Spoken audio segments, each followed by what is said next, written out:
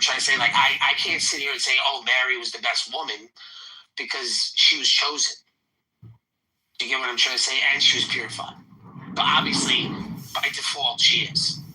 But you can't really compare it to anybody, right? I mean, you can, but it's like not fair. Do you get what I mean? I kind of understand.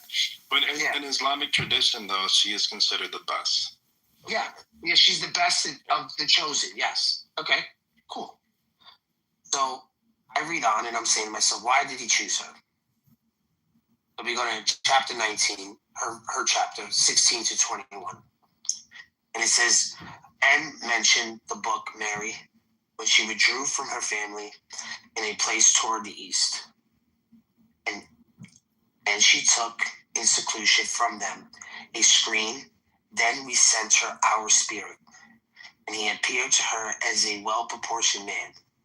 He said to her, she said, indeed, I seek refuge, the most merciful, from you, if you should be God-fearing. He said, I'm only a messenger of your Lord to grant you a pure son. He said, how can I have a son if no man has ever touched me and I have not been unchaste? He said, thus it will be, your Lord said, it is easy for me, and we will make him a sign for the people and the mercy from us, and it is in matter already decreed.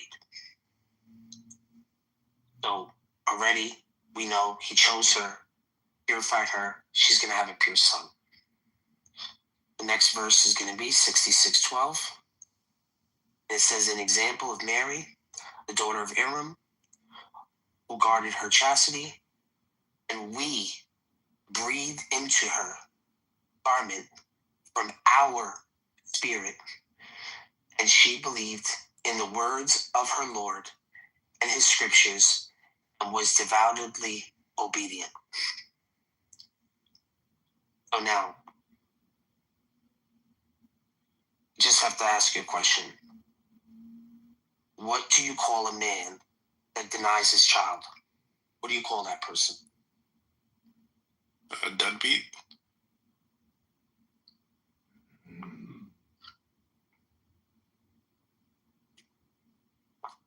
I didn't hear what you said.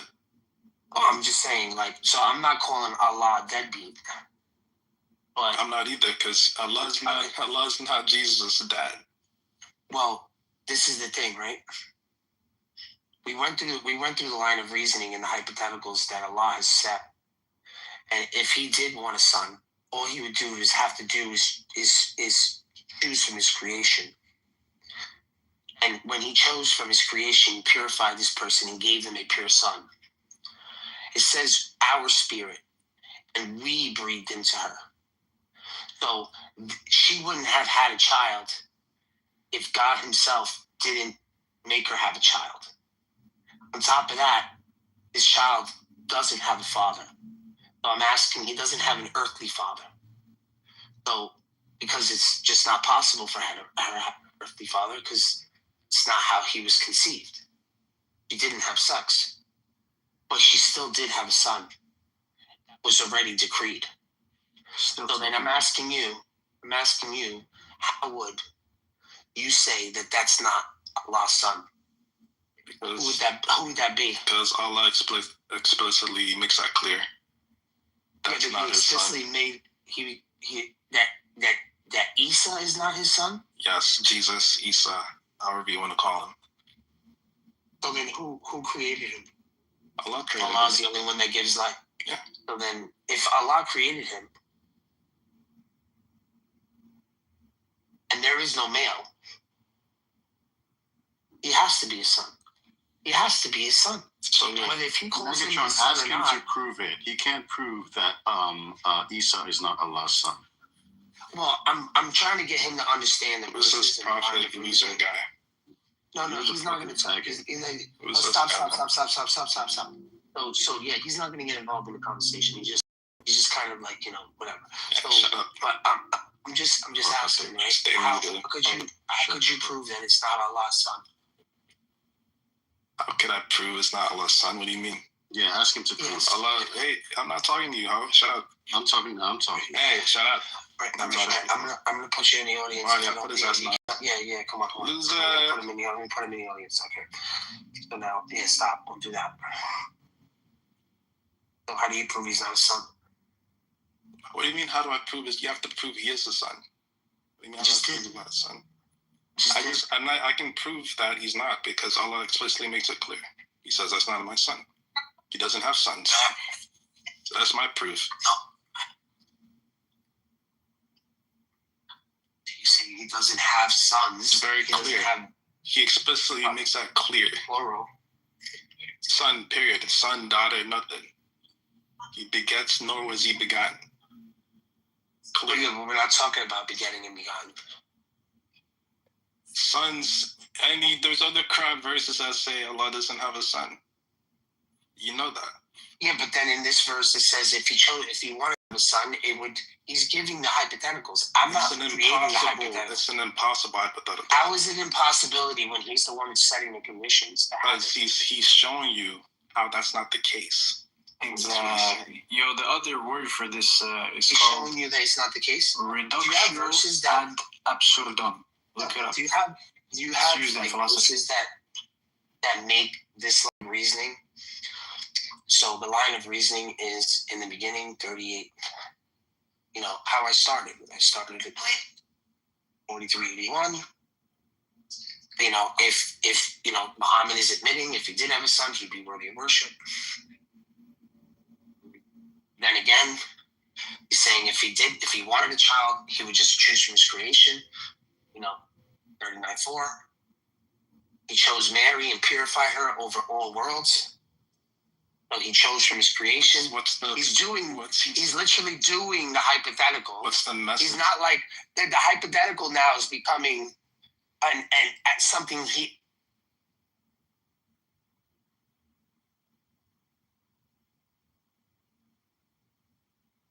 Did he break up for anyone else? Was the one, he says, our spirit, we breathed into her garment. So he's showing all of the possibilities, and now he's making those possibilities come true. Because it is true that Mary did have a son. Mary having a son. Yeah. You would love this verse. Go to Quran chapter 17:42. You would love this one. Yeah. Go ahead. Well, read it for me. I'm willing to learn. If this is a bad argument. Yeah, it's a bad argument. I'm cool with being told it's a bad argument. So let me show you another reductio ad absurdum. That's how it's called in the Greek. Because I just want you to respond though, because the hypothetical actually became the story of Jesus in the Quran, or Isa. Sorry, a story of Isa in the Quran. So the hypothetical is the reality of Isa bin Mary. Okay, now here's another. He did choose from his creation, and then he did blow his spirit into Mary. He is the one who creates life, right? You're saying even if Isa was granted permission, it's only permission by Allah. So even when Isa blew the life into the bird, right? You're still saying that was Allah. Allah is the only one who gives life. So then it makes sense if he put a life in Mary, then, and there's no male, then he must be the reason why he's alive, correct? And she gave birth then.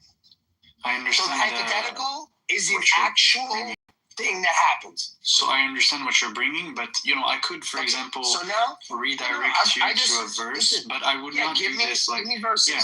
So I could redirect you to a verse that's explicit, and it clearly says that God doesn't have a son, and that Jesus, he's not like the son of God.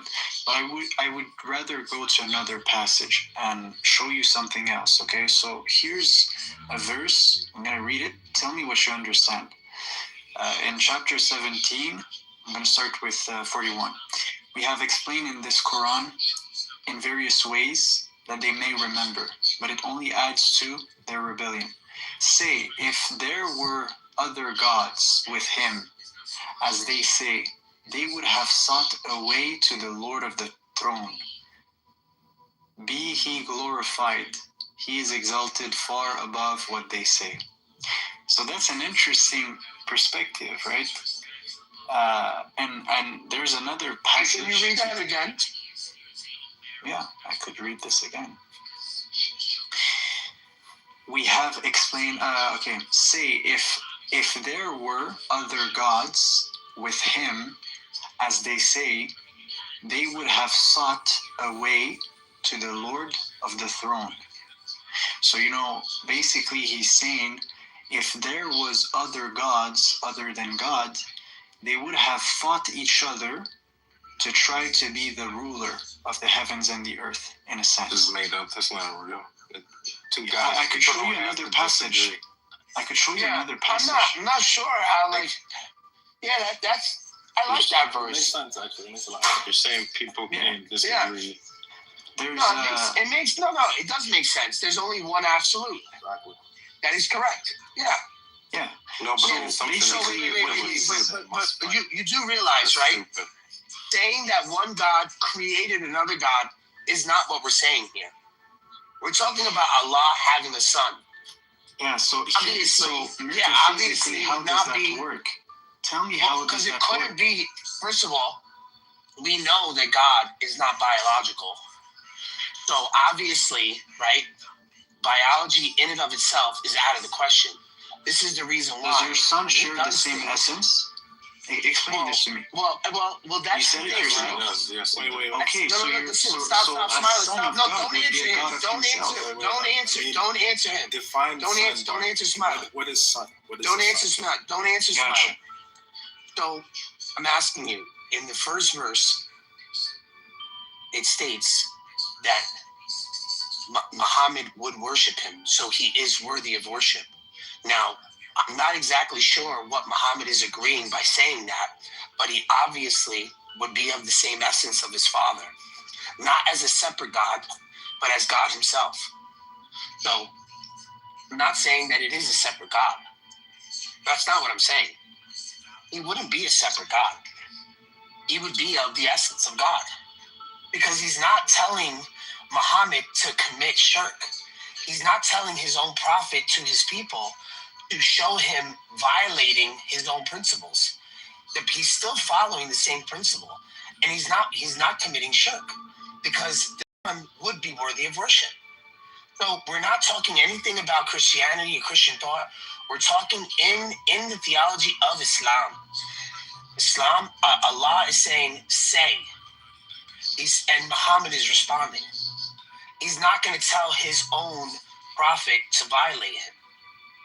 So yeah, Gotcha. he would be let me worthy read of to you worship. this one. Now, Let's, the nature of the sun, I can't exactly explain that to you because that's not what's in the text. But I will tell you that he didn't violate any of Allah's rules, and he was still worthy of worship. Okay, I want to read you now So that another question passage that's close to the one I just read. So the one you're we're saying building doesn't something right contain- now, right? Yeah, but the verse that you gave me does not mean that would violate the worthy of worshipness, because then he's still worshiping Allah.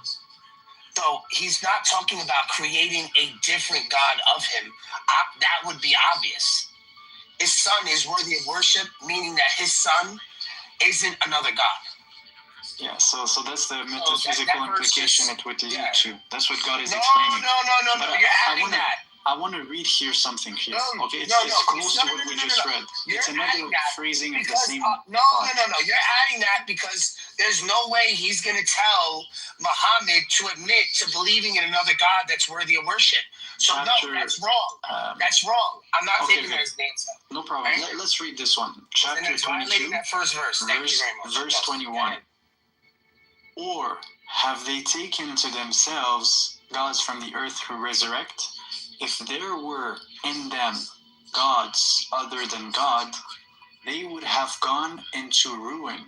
So glory be to God, the Lord of the throne, beyond what they allege. He will not be questioned about what he does, but they will be questioned.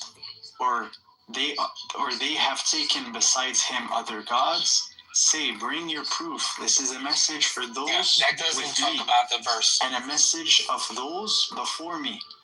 But most of them do not know the truth. That's so not, has nothing to do with the Son. That's nothing to do with the Son and another God. 26. He's 26. not creating And another they God. say, listen, 26. And they say, the most merciful has taken a son to himself. Be he glorified. They are but honored servants. They never speak before he has spoken. They only act on his command. He knows what is before them and what is behind them, and they do not intercede except for him whom he approves, and they tremble in awe of him. I love this verse. Do you listen to this? No. I love this verse. Give me what verse is that? So I just read to you. So this is chapter 21. 21. It's easy to remember. Yeah, 21. like this is amazing. So God is explaining he doesn't have a son. No, sons. he said He has servants. No. That's not what he said. Yeah, that's what he said. No, I don't know why you changed why you do that. But read the verse. What do you think it says, Bart? What do you think it says? 21. I'm gonna read it. 21:26. Is it 21:21 or 21:26? So 21:21 is it's the beautiful context. So from 21:21 you read till 21:26. Okay.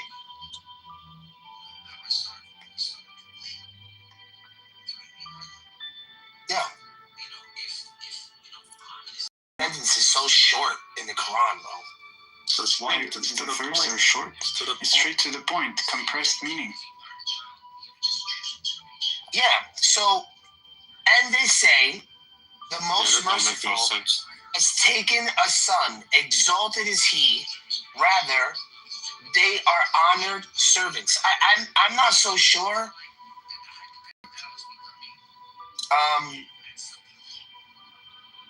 I don't know what this means. So Why you don't know? This doesn't refute sonship. No, but you have to take in consideration many passages. This passage says basically those who call those who say this is a son of God or this is a son of God. No. So he's saying that the son, if he were to have a son, he's reinterpreting it to be as a servant. That's the point. There is no it's son. An ontological category change, not an argued one. basically, Jesus is an honest servant. Exactly. Yeah, this is not refuting him having a son. He's saying he would then have a servant. So he would be. It was just a category explanation. Yeah. So he doesn't have sons. He has servants. Yes. That's it. Exactly. So this doesn't deny that he doesn't have a son, though. His son is ultimately his servant, though. Yeah, but you need to keep in mind that all the passages at once. We're not talking about no. If he were to have a son, not sons, not multiple sons, as if we are all Allah's sons and all Allah's servants. That's not what's being said. He's saying if he were to have a son, his son is ultimately his servant. That's it. Yes. That doesn't refute the claim of him not having a son. So what do you think? This doesn't negate. Bart, what is a son? I'm just reading the verse. Listen, I'm reading the verse. What is a son? Well, that's the thing. The son would be worthy of worship and not be violating Allah's laws. So you're gonna have to give me more verses that refute what the Quran is refuting. What actually happened in the Quran when he was talking about these verses in the beginning. What is refuting is the language you guys use, because mean? It's the way you guys have used son. You've taken it to an extreme, so it's just rejecting it completely. It's saying those that you're calling sons, that you're mistakenly calling like literal sons, they're honored servants. Jesus. No, not sons. It's son. It's not Regardless, sons. it Why do you doesn't guys matter. change? It doesn't, okay, But doesn't you matter. changed in the verse. Doesn't matter. Doesn't matter. But You know they always change the argument. no, it doesn't to make be a honest. difference. How does that change my point? How does that change my point? Whoever you're calling a son is an honored servant. That's what the Quran is saying. So stop talking like that. That's all it's saying.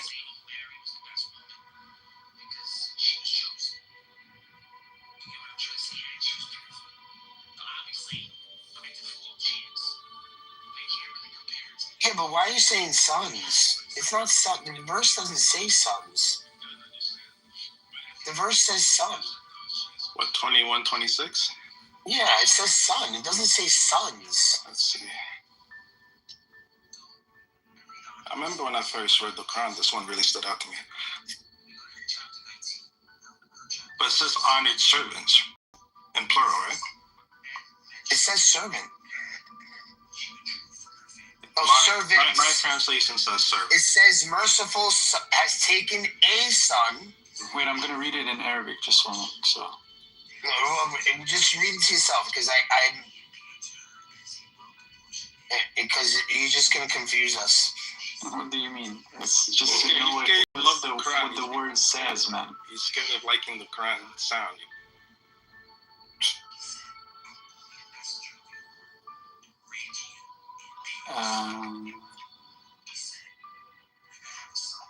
وقالوا اتخذ الرحمن ولدا سبحانه بل عباد مكرام. Yeah. So yeah. So it's just the first is waladan. So it's like a son, but it's talking about also many servants. So some people say because different people were called sons of God, right, by certain people. But he's saying basically that the reality is that they are not sons of God. Like they're servants of God whom he mukramun, he have honored, or karama, it's like they're This is going to be the problem. So I think the reason why this verse actually makes this even more confusing is because this is going to be tension with the 4381. Because if the son, if you're saying 2126 would mean son, merely an honored servant, but if Allah had a son, worship would follow. So the servants never ground worship, but worshiping Allah because of servants would be shirk. But the Quran again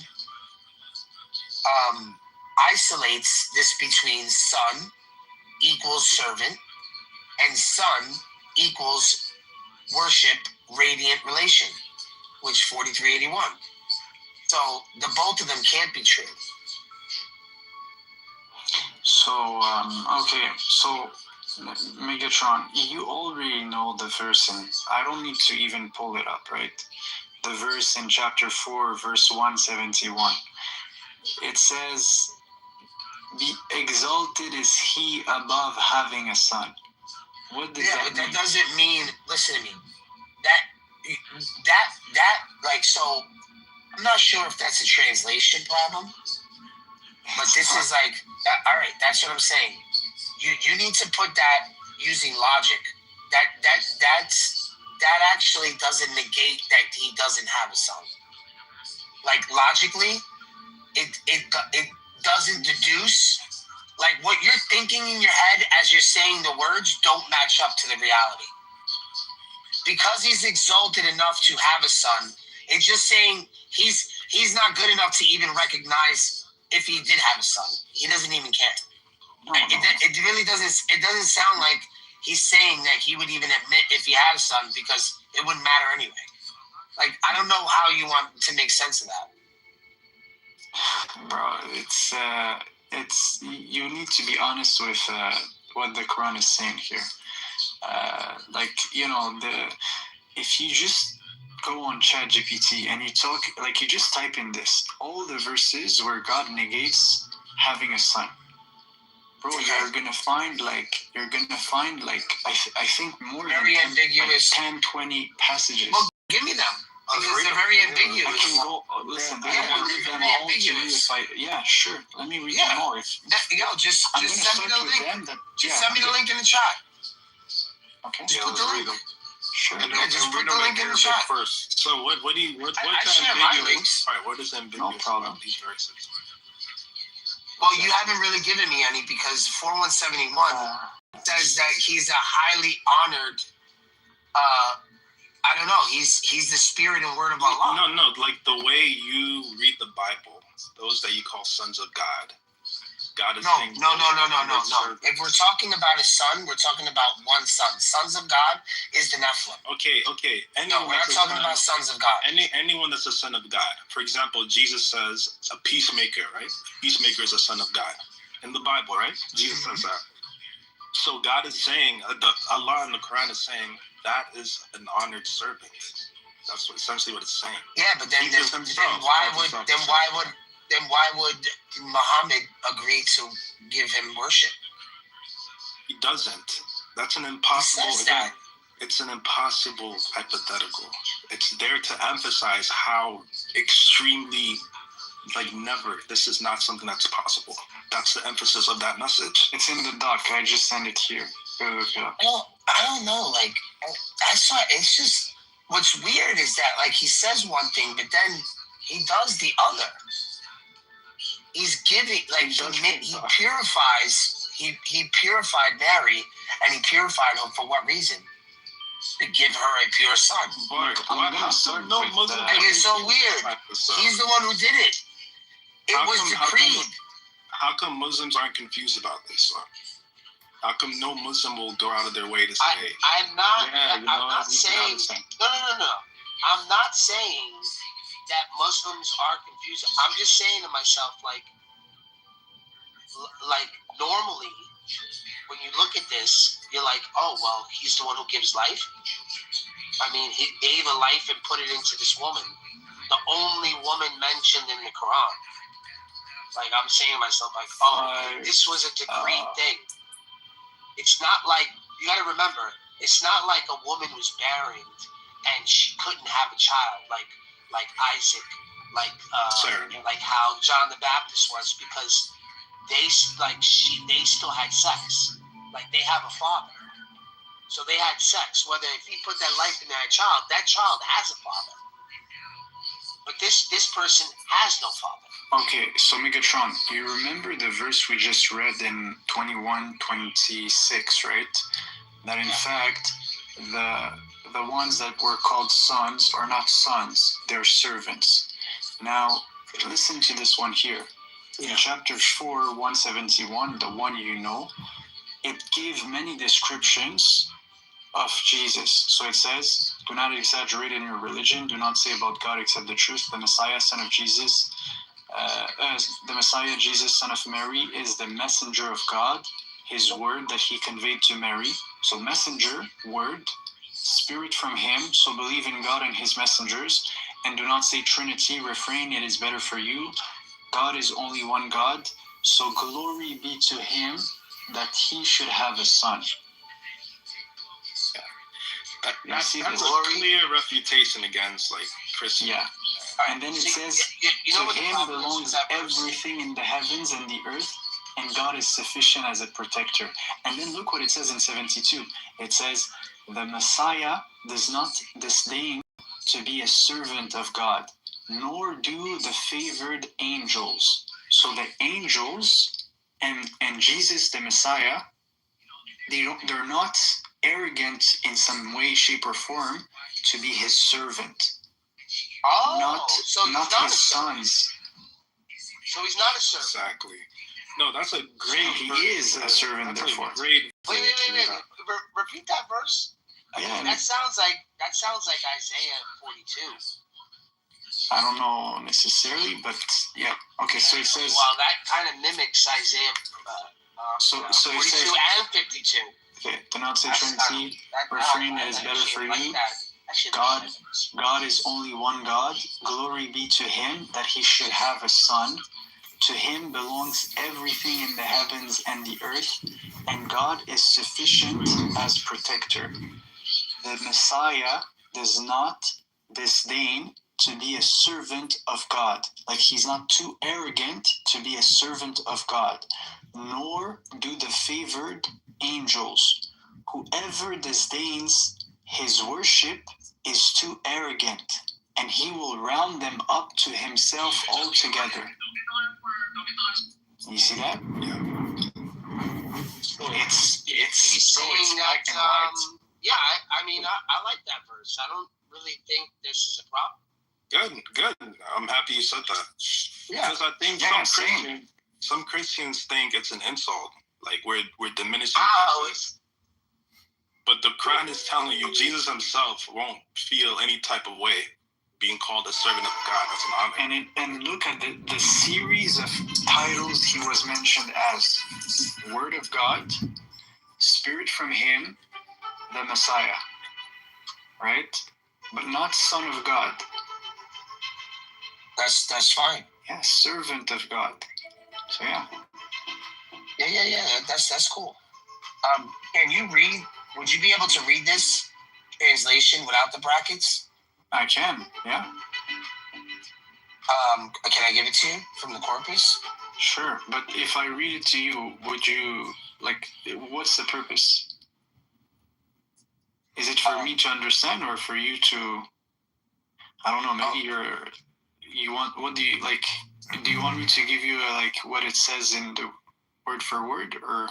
Well, I could give you the word for word translation without the brackets. Sure, go ahead. And just actually, tell me what's the passage. I'll read it. No problem. It honestly doesn't look like it's going to I don't know. It might confuse it.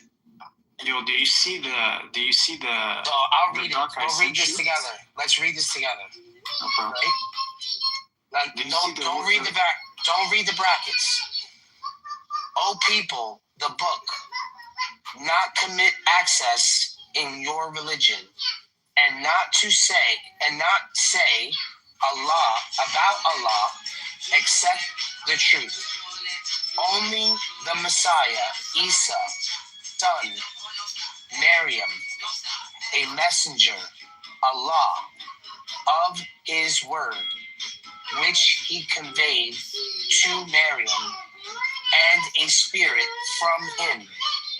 So believe in Allah and his messengers, and not say 3. Desist, better for you only Allah, God, one. Glory be to him that he has for him a son. To him whatever in the heavens and whatever in the earth. And is sufficient Allah, a disposer of affairs, never will disdain the Messiah to be a slave of Allah, and not the angels, the one who are near. Okay.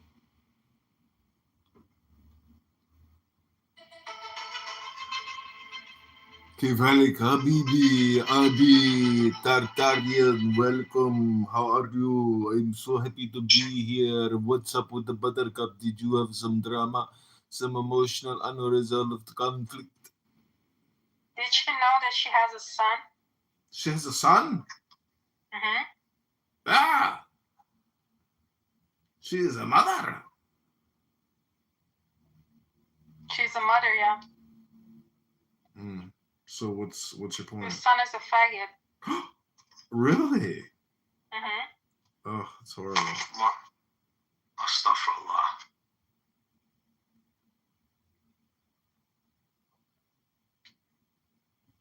What's new? How's your congressman going? Got a little more work to do, but it's pretty much over. They removed me from the ballot. No, why? Insufficient signatures. Oh, damn it. You're on Clubhouse. You couldn't find so many signatures? No, it's the girl in Rockford did not get me good signatures. A lot of them were, I think, bullshit. Some of the people who worked for her were submitting just, bullshit signatures. Well, at least you tried, you know. I admire you for that. Yeah. It was, I mean, I spent thousands of dollars. You know, I raised $600-700 on Clown House, but I personally spent thousands and thousands and thousands of dollars getting those stupid signatures. No, you did not. Yeah, what do you think? Shit, you think things in the real world don't fucking move if there ain't money attached to it? Who are you fucking kidding? No. You can sit here and complain, submit. You actually did that? That's crazy. Yeah, well, how the fuck do you think campaigns are free? You think you just sit here on Clown House and fucking twiddle your thumbs? Money doesn't move around. Yeah, I thought that's enough, you know, these days. Yeah. Like, I mean, you still shop at the grocery store with coupons. Anyways, yeah, with coupons. I forget my audience. audience. I don't need to pay. I just have the coupons, you know. Forgot who I'm talking to. You wish you were a Jew like me, but too bad your dad is a Jew, and not your mom.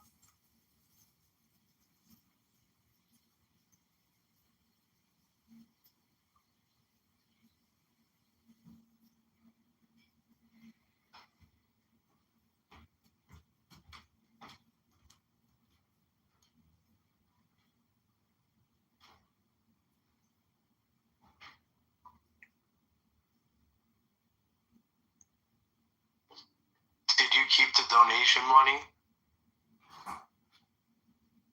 I think he's away from his phone. No, we spent it. I spent it. I went to Peoria, Illinois, and I got signatures. And I, booked a hotel room, and I got signatures out there. So that money has been spent. Car, fuel, everything. Like, it's all accounted for. But I think we got $90 left in the account. But I'm going to do the write-in candidacy. So the campaign's not technically over because I'm a write-in candidate now. But I'm off the ballot, unfortunately. But I'm still a candidate, technically. But I'm going to pivot in March. I'm going to submit a new candidacy to the Chicago Board of Elections for commissioner. So I'm going to run in a different race starting in March. Politics never ends. It's really obnoxious. Just keeps going. So much work. But there's more I could say about this, but I'm just going to put it on Instagram and avoid repeating myself. Like you. Shut up.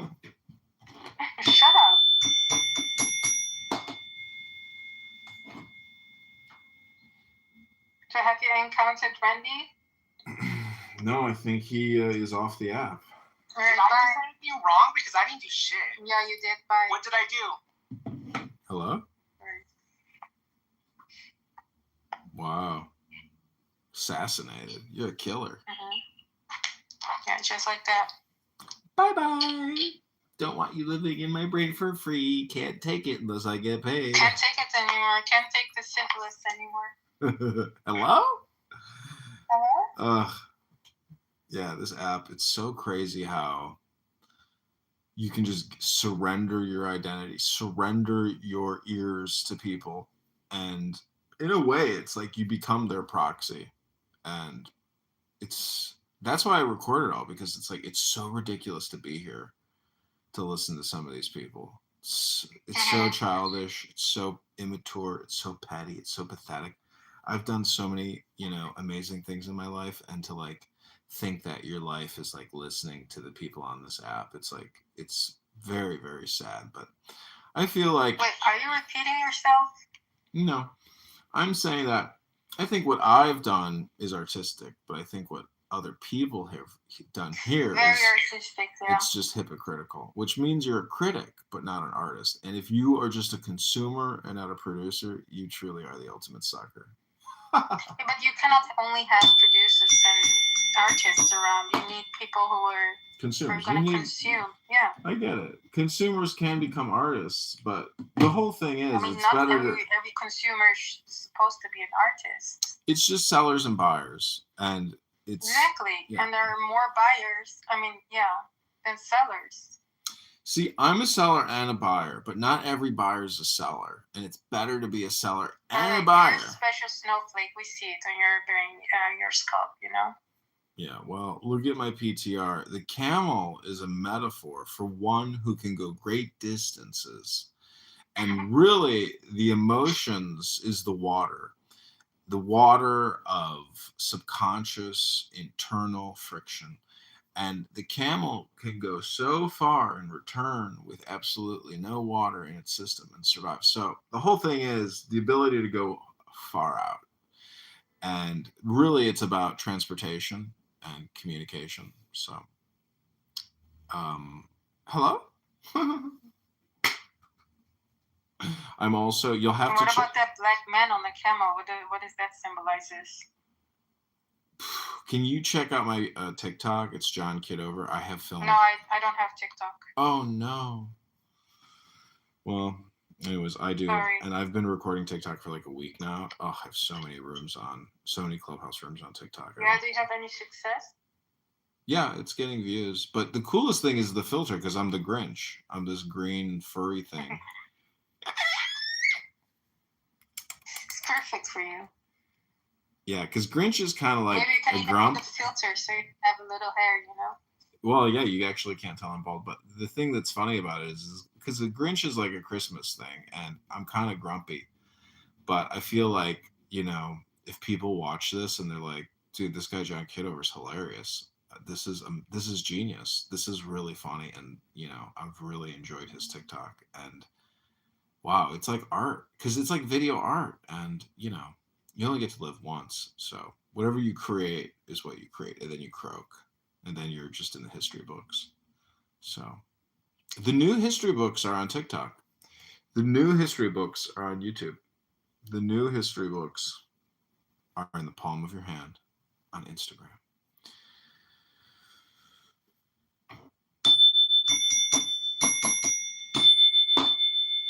All right, one time is enough.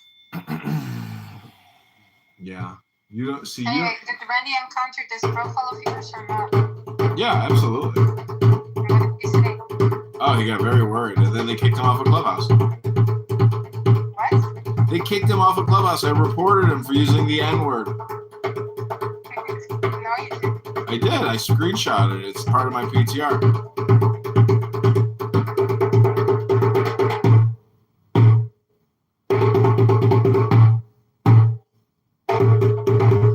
Where? It might be on a different profile. It's just like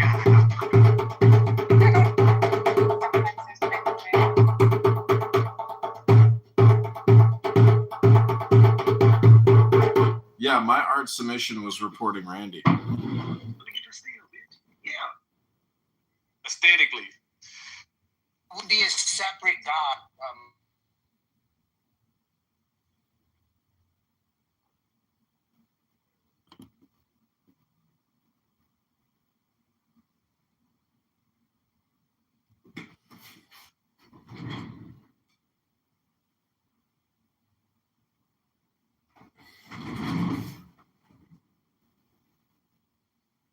And it's interesting because I think this type of confusion happened in different civilizations. If we grant we're all human beings, we're all, we are aware of angels, and we are aware of all these beings. The Babylonians, the Egyptians, like maybe they had their prophets, they had the people in their time that have encountered such beings, right?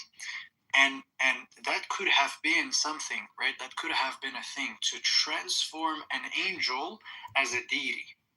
And then people just start worshiping the angel, and they call the angel, a son of God, right? Whereas in reality, the angel is simply a servant of God, right? So, I'm just saying, like, for me, it's a valid point. It is. So it purposely wants to override the previous text when it comes to this sort of stuff. So then it knows what the other text is saying, correct?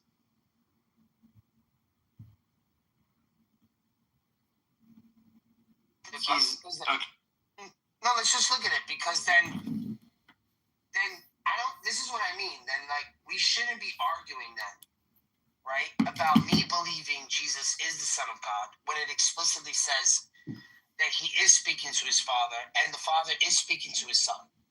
So when we talk about a father-son relationship in the New Testament, it is a real one. It's not a made-up one. It's not anything where it's like saying what the Quran is saying. The Quran is saying, if Isa was a son before, he's nothing but a glorified servant to Allah. But that's for you. That's not for you to take my text and say, oh, now this text overrides that text, but that text is still saying he is the Son of God. That doesn't make any sense.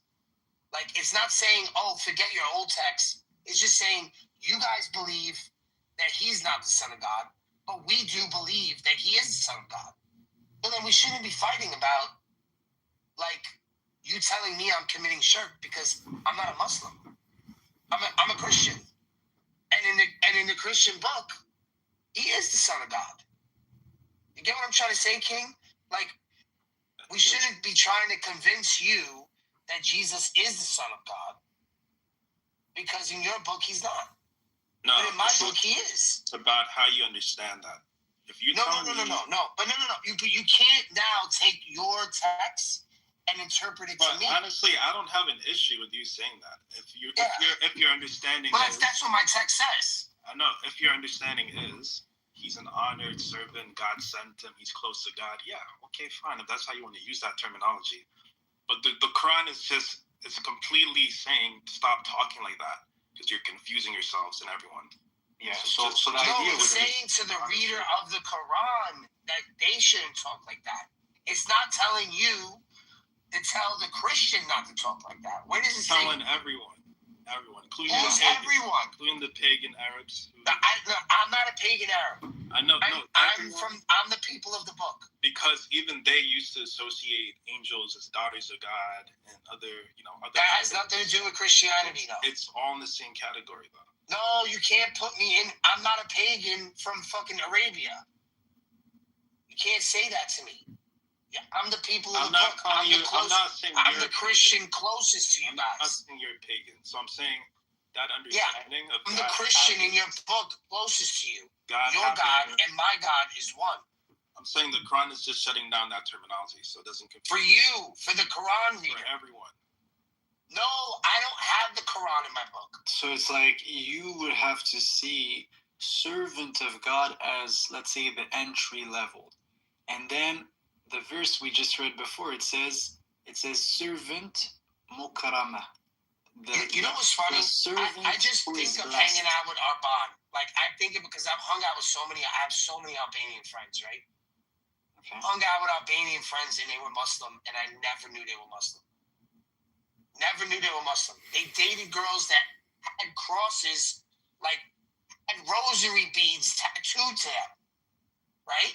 They never I've ever heard them even care to ever have a conversation about their girl or the woman or the mother of their children believing or saying that she's a man worshiper. Never in my life. The conversation never came up because he didn't believe that, but she did.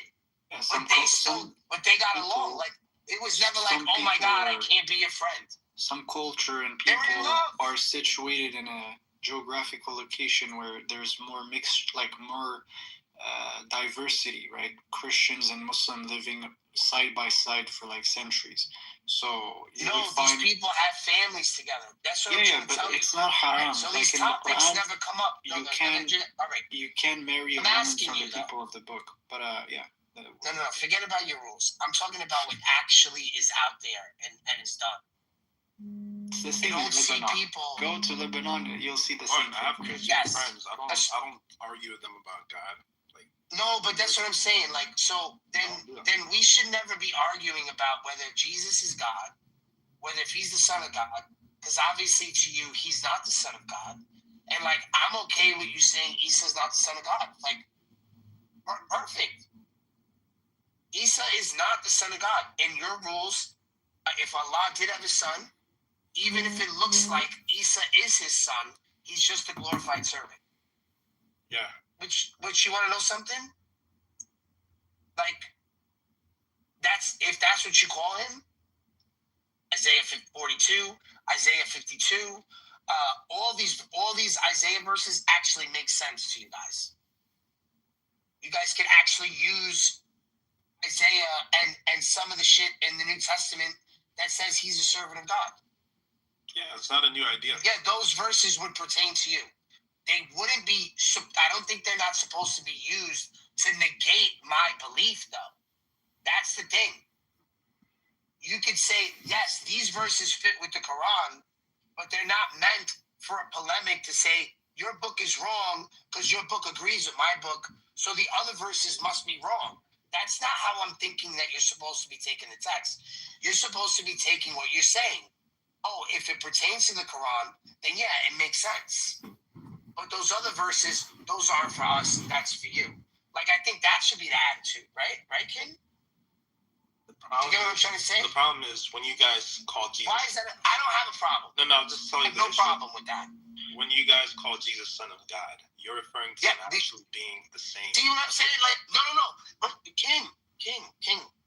Did you just listen to what the I listened to what you said. So Megatron, what you said actually is it's a smart point. You know, it's not how can I say this?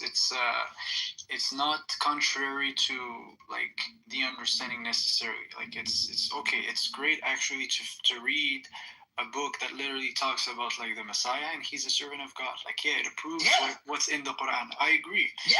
Now the thing is this, right? So why turn around and say to me, because I'm still taking those verses, right, along with the verses that it came with, right? And it's still saying what I'm saying.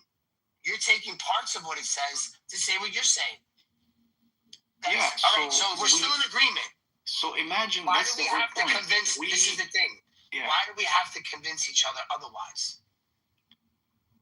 That's the point I'm trying to make, King. So what I'm trying to make is this, right? What I would say, I know what you're saying, but what I'm going to say is this, right? All right, cool. I'm not trying to be argumentative. Okay, Megatron. Imagine we play a video game together, and we spawn in different areas, right? And we have different truth and different, tools. And we are able to communicate like we're communicating right now. Whatever truth and things that I have built from my side, I have to be not selfish and share it to you and tell you, look, that's exactly how it operates. This is how we should operate in the video game because look, it works. This is it, man. That's the code, right? That was cracked or given by the elders, whatever. And then you say something similar. I listen, but look, this is what I have. We'll have to kind of make sense of our narrative. But if we're making sense of the narrative, I'm just saying the conclusion will have to come together and just say, is the understanding of God must be the same. Right? The way we understand who Allah is, whether it's from the side of the Jews, whether it's from the side of the Christians, whether it's from the side of the Muslims, it should be the same. There shouldn't be a difference on the base of our temple, which is God. He's the base of our faith, right? So in my faith, whatever it's within my heart, it's not different than whatever you have in your heart. We're all sons of Adam, right? So the light that I have here, it's the same light that you have there, right? So we're not here to kind of like promote like any type of misconceptions or delusion when it comes to God. So we'll have to be honest. And if you have information on your side that would be helpful to me, man, share it. I want to learn. So there's a lot of stuff that the Jews saying that a lot of the verses that I read, what they say, that I don't like. There's no point in me going into a long diatribe of like explanation with them when they're never going to see it like I did. Like I just accept the fact that they see it a different way. So it's almost like, why can't you guys have that attitude towards the New Testament? Because like you hear the way I engage with Jews, and I know that we say like silly things to each other back and forth. I don't really take what they say as insulting to me though, because we're reading out of the same text. I'm justified by believing the stuff that I believe from the text. Yeah, and they refused the New Testament, so they could Well, say, for example, they're supposed to. It wouldn't make sense for them not to accept it, but they for us, I would say this, right? If you would have to compress the gospel account into 3 saints, right?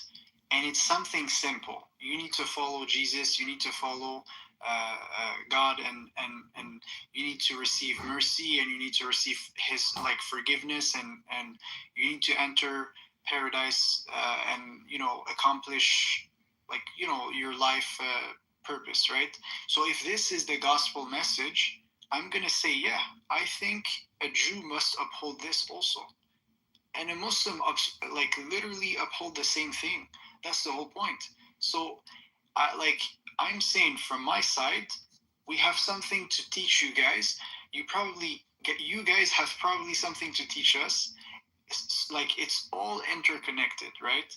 But if I'm just saying, if everything would have to collapse and there is just one thing we need to agree upon, I'm just saying it's the understanding of God. Not just understand that God is one, and love your neighbor as yourself. Just this, it should be a non-negotiable understanding. You see what I'm trying to say? So yeah.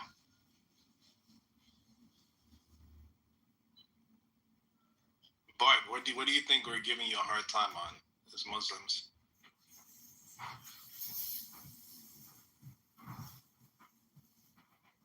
I feel like the fact that you guys can't accept so we're still saying one God, right? We're still saying one God when we talk about the Trinity. So I know that you guys like to use the verses, and you like to leave out certain messages from it, which probably makes sense to you. I'm like, oh, all right, it makes sense to you that Jesus is this, is this person, right? That says it, that's in your book, right? But if I keep reading the text and I'm following the whole book, it's going to say what I'm saying. To say that my book doesn't say it, when I'm showing you it does, like the conversation we had the other day with this guy, the guy in the room that got kicked out, which I wish the language was better. He was saying firstborn. He couldn't understand that concept. Even though we showed him that Israel was the firstborn, David was the firstborn, but Jesus was the firstborn of creation, in that all things were made for him, by him, for his authority. That was a different status of firstborn. He couldn't get over that point because it said firstborn. That's the part that I'm starting to that I start to get a little frustrated on, because then do an internal critique, internalize the text, put yourself in the shoes of a Christian, and say, yeah, to the Christian this makes sense. Just like when I speak to the Jew, I can say, yeah, it makes sense, but I don't believe it, but it makes sense, so that you could actually have the conversation about the text instead of always trying to refute the text. That's the one thing, King, that I don't understand about Muslims, is that instead of having a conversation about the text so that you can actually understand what I'm saying and I can understand what you're saying, right? And then we can have deeper conversations, right? Because then we're really giving the meaning of the text. Once we engulf it, then we're getting into better conversation. Why always go into the conversation to refute what I'm telling you the text says? That's the question. I'm gonna tell you why. Really instead of trying to understand it, you're just sitting back thinking of what to say so that it says what I'm not saying. I'm gonna tell you why. I don't get that. Why is that always so listen. Yeah, it's fair, and I'm gonna tell you why. So try to imagine what I'm trying to say right now. Imagine there's 3 rooms. One is the room of the Jews. One is the room of the Muslims. One is the room of the Christian. I'm gonna say, you on where you were born. You were born in the room of the Christian. You had truth, you have understanding, you have a lot of things that are true, right? Same for the Jew, same for the Muslim in their own rooms.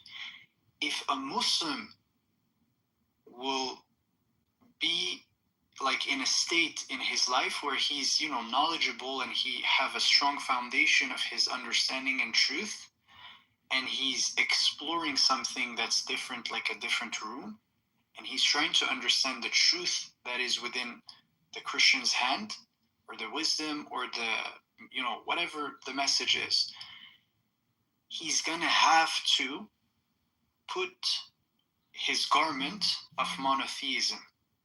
You have to understand this. For us, you could remove, like, if you would have to remove everything, and there is only one thing that's going to stand, it's our understanding of God. So we cannot remove this garment and lower our defense and enter the New Testament. It's impossible. Do you see what I'm trying to say? We need to keep it. And we need to see whatever you're going to present, we need to see it through this lens, or else it's never going to make sense to us. So I'm trying to say this like in a way that's making sense. And the Jew who's going to explore the New Testament, I'm going to say he's going to do the exact same thing. He cannot remove the garment of his understanding that he has about God. It's impossible. So if he enters the New Testament room, he's going to have to keep his clothes. And he's going to understand and read whatever he's going to have to read and understand. So yeah, so that's I don't know if you understand the analogy, but that's the best way I could put it. But for me, I go into it looking at, is there enough ambiguity where I could arrive at my conclusion? I can definitely understand where you guys get your ideas from, but can you fairly say there's enough ambiguity in the Bible, in the verses I quote, from Jesus speaking, for me to hold the position I hold? That's my main approach. Yeah. So just like how I strung together those verses, shade.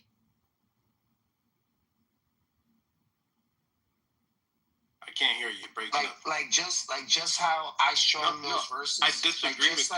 I disagree. Like just how I strung those verses together, and I made it make sense to me. I feel like you guys are doing the same thing. No.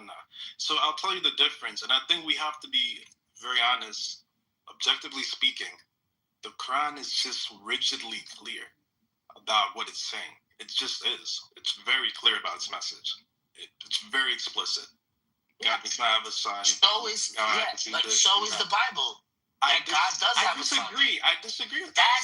You see. All right. So then I'm lost, bro. Then these conversations can never move past this point, then, King. You're always gonna go back to this point, then. Like there's gonna have to be a breakthrough for you, because I can accept the fact that Allah doesn't have a son, even though I did string enough verses together that it is a spirit that was in Mary, and he doesn't want to call him his son. That's fine, but I can still come to the agreement that he's not Allah's son. But you can't come to the agreement that Jesus is the Son of God when he's literally the Son of God. Do you think that's fair? No. For me to be fair to you, but you're not going to be fair. Why is it important? That's crazy. Why is it so important? Is it because Son of God in Christianity means? It's because it says so. No. Does it mean he's the same essence? That's what I'm trying to ask. Yes. So if we go to the verse yesterday that this guy said, right? Colossians 1:15 through 18. Look how this reads, because this doesn't read like you would read this from the Quran. So you can't take this like, he is the image of the invisible God, the firstborn of all creation. For by him all things were created in heaven and on earth, visible and invisible, whether thrones or dominions or rulers or authorities. All things were created through him and for him. And he is before all things. And in him all things hold together. And he is head of the body, the church. He is the beginning, the firstborn from the dead. That is everything he might be permitted. Or how do you say that word? No, I get what you're saying. So I'm not going to dispute the Bible holds Jesus to high status, right? But what I'm saying is, when I go preeminent. Preeminent. Okay. So yeah, preeminent. So basically, everything he might be. Yeah. So he is before everything. Right. Before creation, he was the one all things were made for. Okay.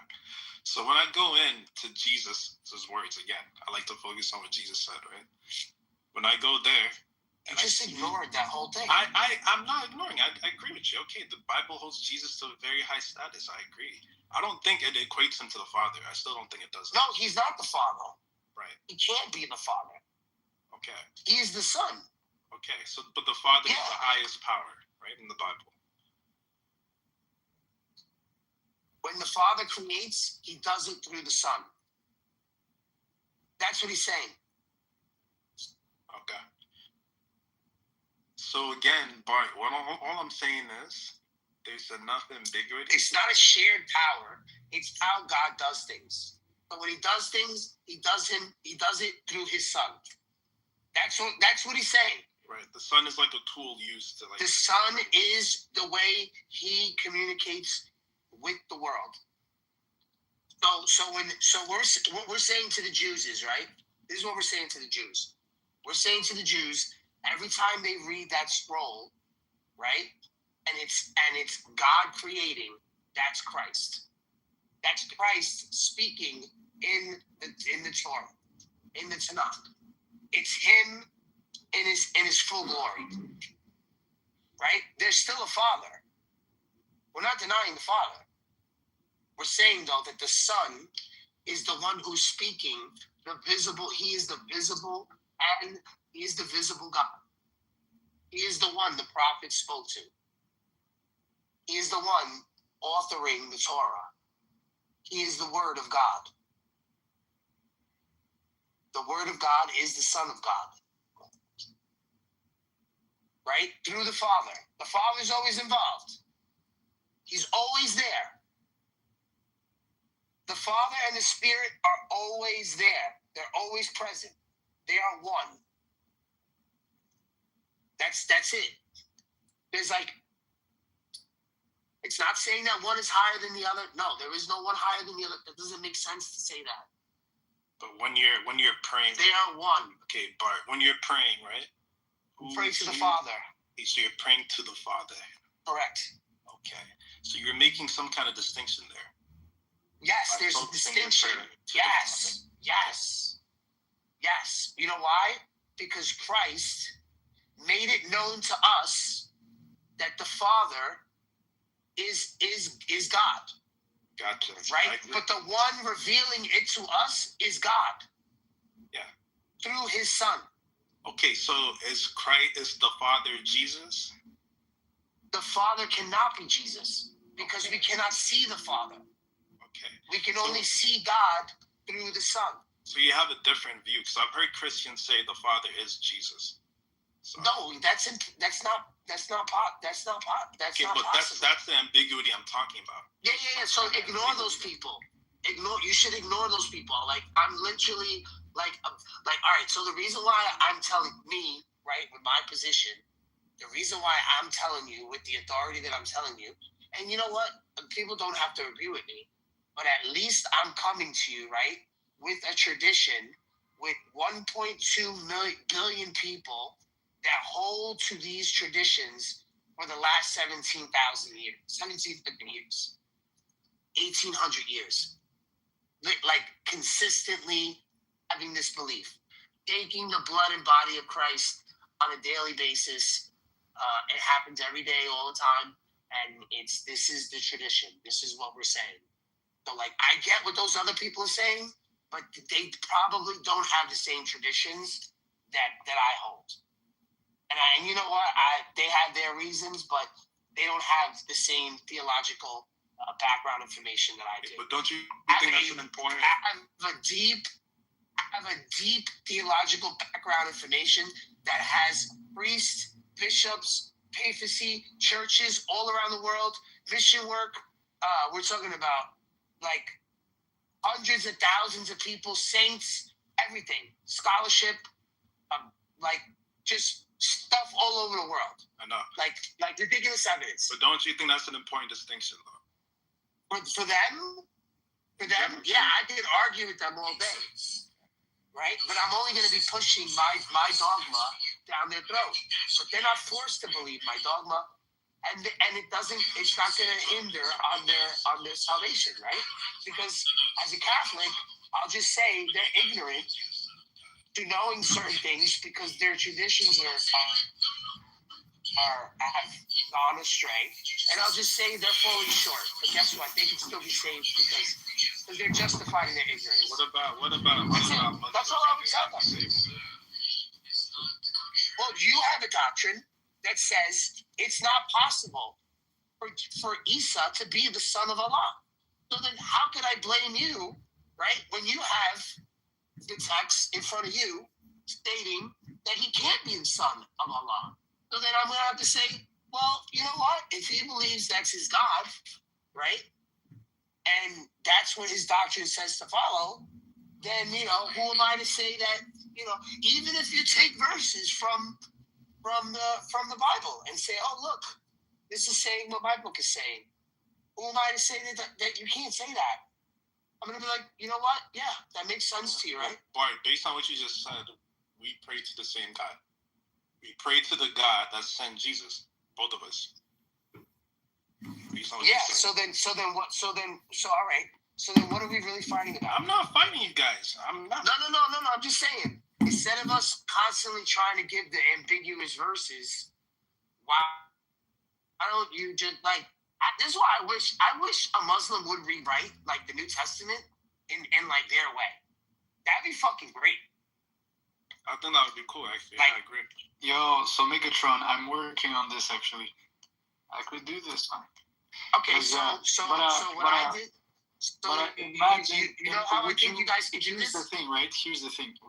Would you read a Muslim translation of the Bible? I don't think so. What do you mean? Why would it be important? Why would it? I would read it just for educational purposes.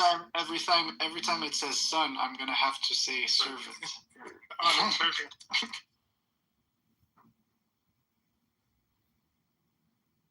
Paying each other the whole weekend, being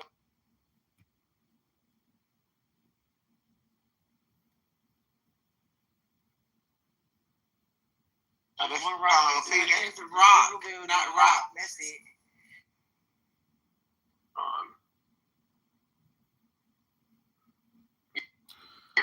Assalamu alaikum.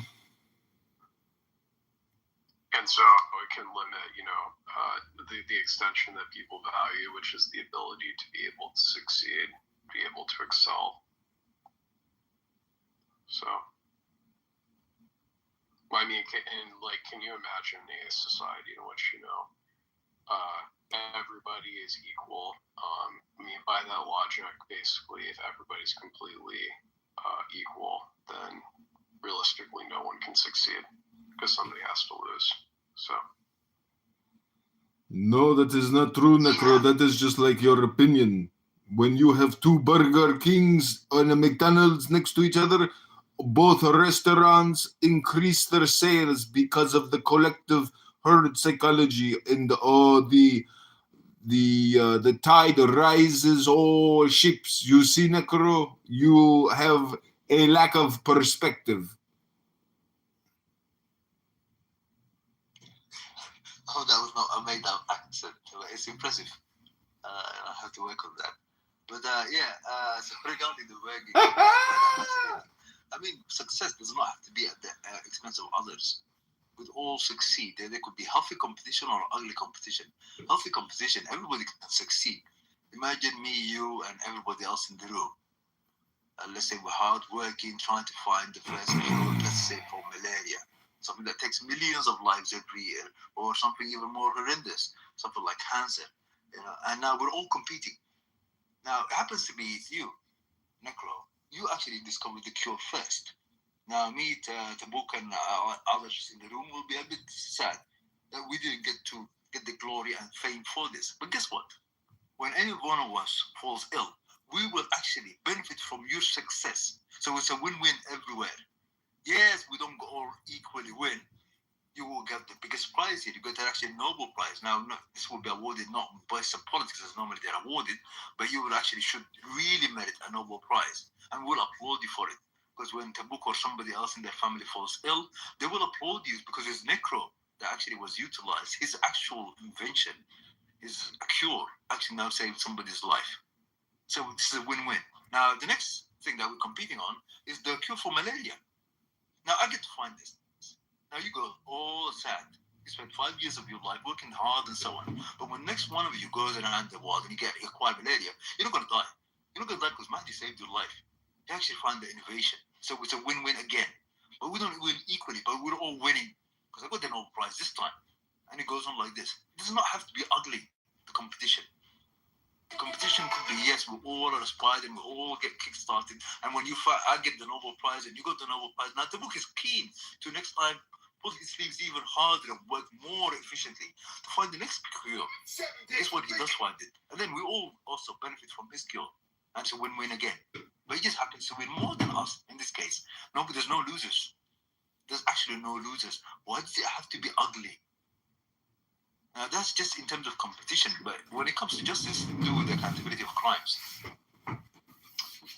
Yeah, I mean, you may not have any issue with that specifically, but to me, like,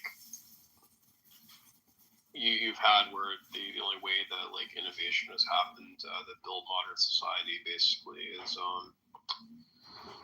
where you've had the free market, which has allowed people to decide to where you had it where the only way for people to improve is to be able to compete for the person's dollar, for the consumer's dollar. And this gave everybody the opportunity basically to have work from having the person who made money off of providing something that consumers wanted. And so in many ways, it's arguably that the free market is necessary, that that private enterprise is a way for you to have consumer choice, which inevitably means that there is going to always be inequality, or specifically that inequality is something that's going to be a feature of that system. Yeah, I wish if there was such a thing as a free market. I mean, I think that's just unfortunately it's a deception and praise. There isn't such a thing as free market normally. I mean, I'm not an advocate of capitalism or communism. I think both have one-dimensional philosophies that have caused massive horrors and terror in the planet, both of them, because there's nothing free about either of them. Now, one of them appeals to this idea of decentralizing everything, and so that everybody now can go and grab whatever they can. Capitalism. The other one is centralizing everything where it's common to everyone. Then you get equal so-called disposition, irrespective of merit or otherwise, as communism. Now, these are the main drives of them. Their main focus is just the material so-called disposition, how it is done either through the hands of the few or the hands of many. But everything else gets to be now rewritten in the shadow of this. Human rights are abused at will because they're not the focus of the system. Or we don't even have to go. We don't have to go to the free market, really. I mean, essentially, you take like any sort of sport. It's like you have it where specifically everybody benefits from seeing their favorite teams play and compete specifically. But also to ensure that system basically is that something uses the game basically. And if you take away that system, it's essentially it's not a win-win. It's a lose-lose because everybody loses in that system.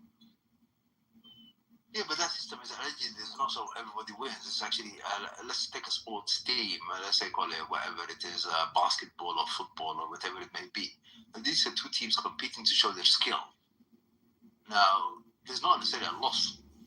It's just you never had it. Never had it in the first place. You got beaten by the better team. What did you lose? You didn't lose anything. Now, what you could do is go to the gym next time, and you could actually train much harder, or recruit the better talent, or cultivate better talent. I don't think talent is necessarily always inborn, but yeah, you could. But there's not necessarily a loss. It's the better team won. What did you lose? You didn't lose anything. You put your skills and match them against the skills of another, and the skills of the other outwitted your skills. And so there's not a loss here. It's just a reality that was just being portrayed. That's if it's the game normally displayed on so-called professionalism. Most of these games, sadly, are at least there's an aspect of luck involved. You could see in all of these sports, there's an issue of luck involved, particularly these kind of team sports. So they didn't lose, so they're a last winner, is what you're saying. I'm saying no, their skills were exposed. That their skills were lesser. If this is what's really happening in the game, they two matching teams, 11 players on either side.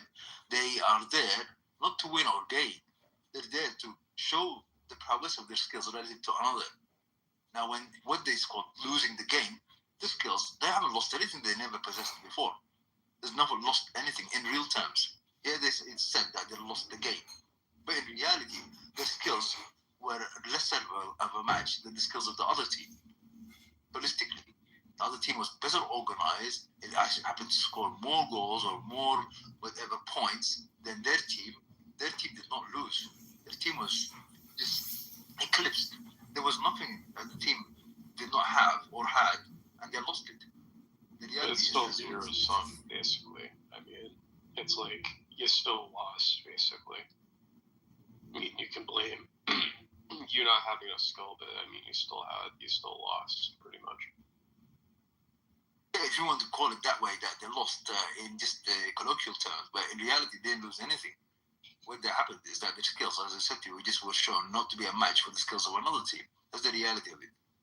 So we could say colloquially they lost the game, but in real terms, they didn't lose anything. They just were like surpassed by the other team. Okay, but they still lost. Colloquially, yes. Yeah. So at zero sum is my point, really, is that, but it's still like, I mean, it's a system that, people enjoy the game, that they benefit from, and you may have one side that loses, but it's like, if you take it away from them, the competition, essentially everybody loses. Yeah, going back to the notion of competition could be healthy or could be ugly. The world is ugly competition. Sadly, a competition monopoly. There is no such thing as a free market and so on. This is all a lie. Hocus pocus. What happens to be like in capitalist systems, fat cats, they get to manipulate everything and monopolize it, and they do it through scheming ways. Anything from controlling the politics of the country to putting puppet governments in place to now stealing the resources of, literally emphasis, stealing the resources of a country. There's nothing free about it. You're not going to be out there served by your wits and your merits. So you might have the brightest idea, the best product out there, and so on. There are certain companies, what they could do, just buy you off. That's the one element. Other element is that they could literally get the politicians not to give you license to actually develop your business. You will put forward a proposition for a license to conduct the business. Yeah. It will be turned down based on discretion. Because some of the politics out there, they're not people representing the public. They represent corporations who are themselves criminal. That's what usually happens in so-called capitalist system. Yeah. Well, I can agree with that. Simply that the system we have is where basically that the government, since it's being bribed by corporations, has created zero-sum games, while in the free market, I mean, you actually can, in functionality have, or ideally it's meant to be understood as a, positive sum game specifically. or non-zero sum game, because the ideal is that basically if I want to have steak while the other person and I make potatoes while the other person wants potatoes while they were the ones who raise cattle, then we both trade, because I value the steak more than he values, more than I value the potatoes, and he trades his steak with my potatoes, because he values my steak or my potatoes more than he values his meat. So we both win, basically, is ideally in that sort of exchange. Well, if the government decides to bail out a corporation, you have the government deciding who's the winner at the expense of everybody else, basically. Yeah, I agree. Governments need to look at them. Anyway, let's say Salam to Tabuk and others. Tabuk, do you have anything to comment on this? I'm actually quite curious about your position as an atheist. What's your position regarding so-called justice and morals and global rule and governments and so on? What is your position, Ya Mahdi? Stop asking me questions. You never answer questions. You just ask questions. I want to hear your opinion or a position you have once before I die. I thought you probably heard my position already if you're in the room for a while. I'm a person who doesn't believe. Yeah, all you do is criticize like leftists. You never say what do you have. Are you criticizing? Okay, there are two things. Brother, are you criticizing from a philosopher? Are you criticizing from a philosophical point of view, like we're in an agnostic room, or just criticizing the concept of justice, huh? Brother, or you're criticizing from a Muslim point of view? How are you using this word philosophical point of view? Habibi. The concept of justice is definitely a debatable one. It's a sick proposition. There is no global universal agreement on it.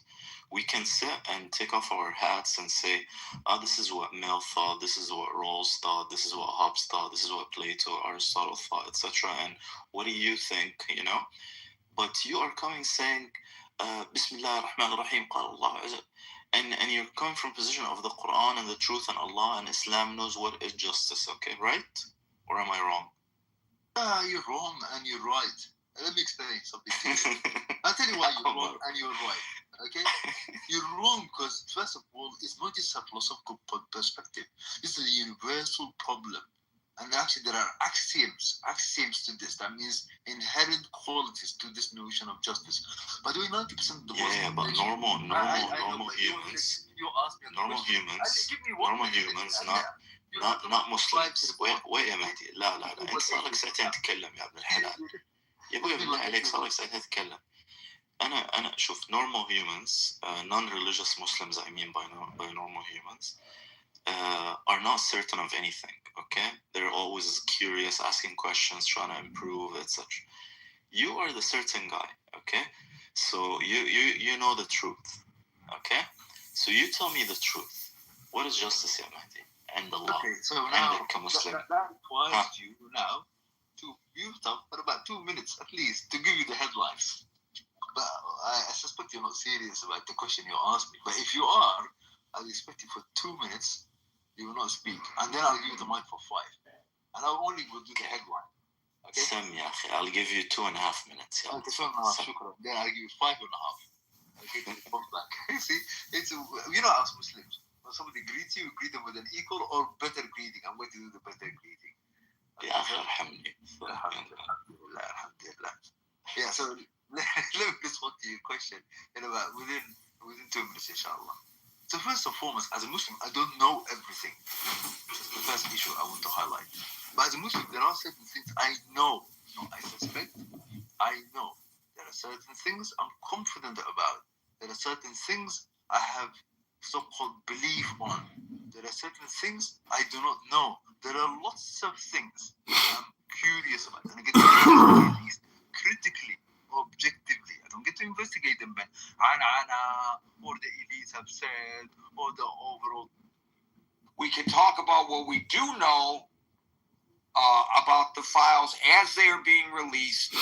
And believe me when I tell you, there's no way, even though all the files have not been released, for us to know everything that's there.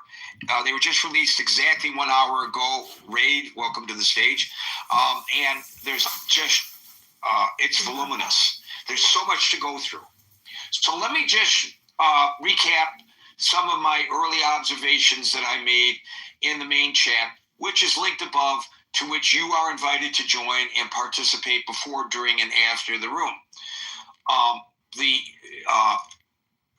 initial view of the files shows that girls as young as 14 were recruited for grooming, either as receivers of massages or purveyors of massage. They were groomed by Ghislaine Maxwell. Somebody who's also looked at the a little bit of the files that have been released says that it may have been as young as 12. As I mentioned, not all the documents have been released. The White House says there is no smoking gun pointed at the president in the documents. Earlier today, the president quite uncharacteristically declined to answer reporters' questions about the files this afternoon before they were actually released. The Democrats on the House Oversight Committee are speaking out. Ro Khanna is threatening prosecution of anyone, including potentially the Attorney General, if there is any tampering of the documents. Now, why is this being raised? Well, the Justice Department is technically a violation of the law for missing today's deadline to release all of the files. They say that more files will be released in the ensuing weeks. Now, notably, all doesn't really mean all. The law allows for some exceptions, such as matters of national security, items that, if released, could impede any ongoing criminal investigation. And I just want to underscore that. Ongoing criminal investigation, which we don't know if there are any. So I think one of the things we should do as consumers of this information is to watch for excessive redemptions. Also, we should look for, and I don't know whether any of this is included, financial records that indicate who profited financially from this extensive child sex trafficking ring. Democrats on the House Oversight Committee, in addition to claiming that perhaps members of the administration may be in violation of the law, are also discussing going to court to force compliance with the requirement to release all the files by today's deadline.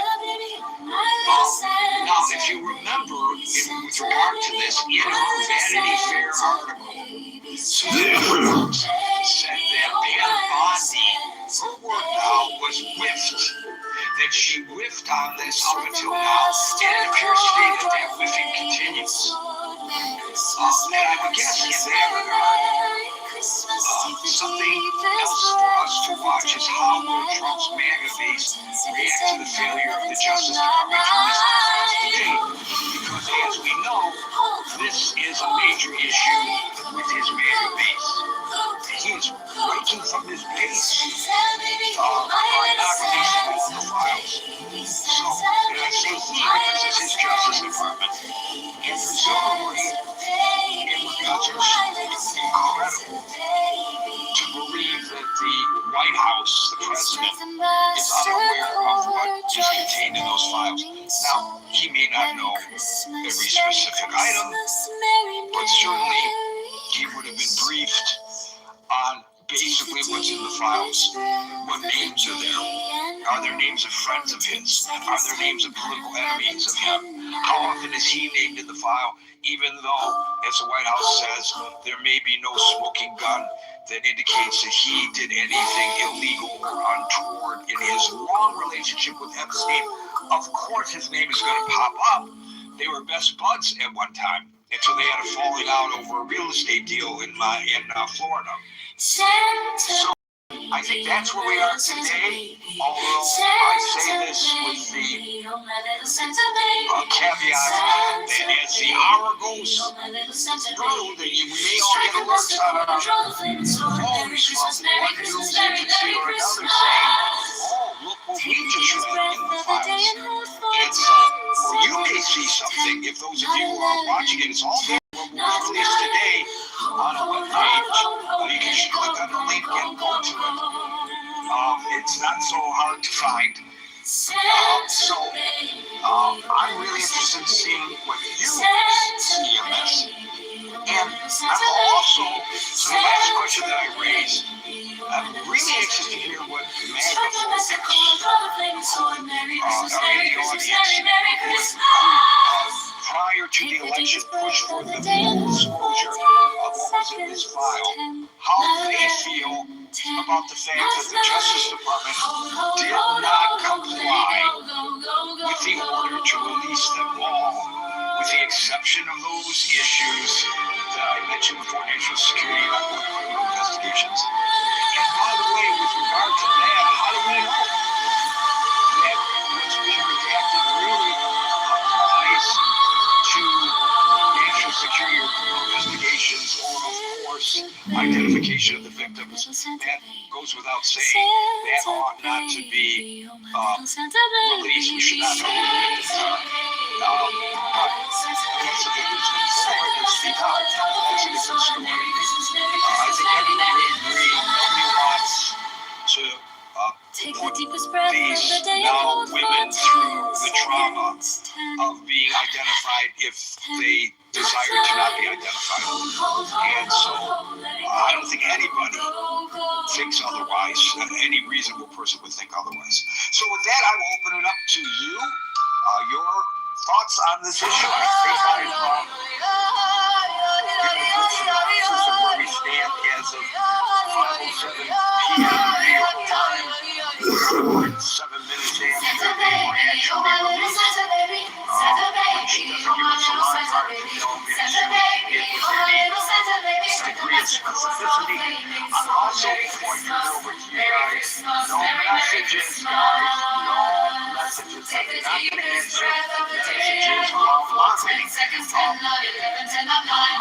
I would invite you today, tonight, over the weekend, if you learn things that are there that we don't get to today, go to the chat and share what you learned. Okay, so I'll start calling the other one once I see them on the stage.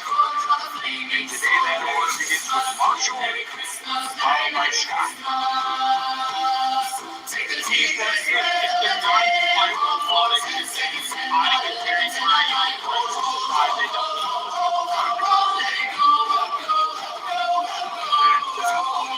I don't know what's in the files.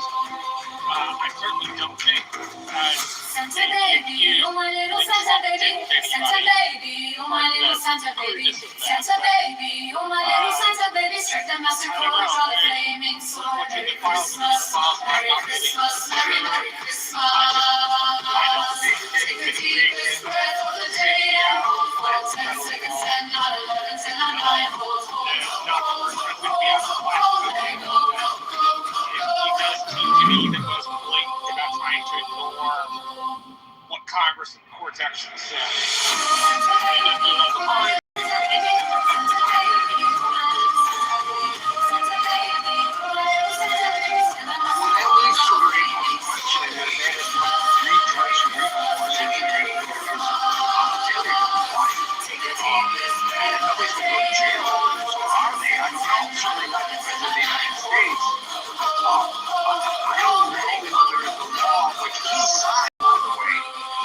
This law, and I know it was under duress. He didn't want to sign it. How do we know? Almost every executive order that he has signed and every bill that he has signed, the cameras are there to capture that momentous occasion and photographs released to the public of his what the president has done. Great success signing this bill for this executive order. In this publicly released. Basically, something that was kind of a loss for the president, in spite of the fact that he campaigned on it, because he didn't really want to release it. And so, in the context of that, it appears that the question of the day is a fair one to ask, because it was with reference to the side of the law, and let's see, if he just says, okay, when it comes to this person, that person, the other person, who may be named in the file, I don't want that released. Say it's under national security or ongoing criminal investigation, I don't want these people's names released. I'm not saying that he did this, but if he did, or even if he didn't, the fact that all of the files were not released as the law required is a violation of the law. If you lie on a real law, there are penalties. I don't know that there are any penalties here for non-compliance. Who would be held accountable? Why does the buck stop in the Oval Office?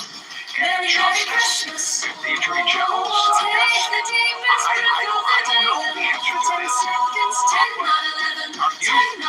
frustrated by the fact that if there is no compliance, there may not actually be a way to force compliance?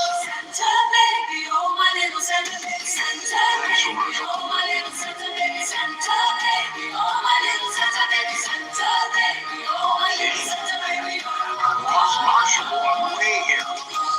Scott followed by Howard. Yeah, Gary, I mean, this isn't sort of kind of quirk of the system or, the feature of every second. I mean, like, if the president is accountable, when the president breaks the law, the only recourse we really have is impeachment. Right? I mean, that's it. I mean, the Justice Department has said we don't indict the president, because the president just say, it's just the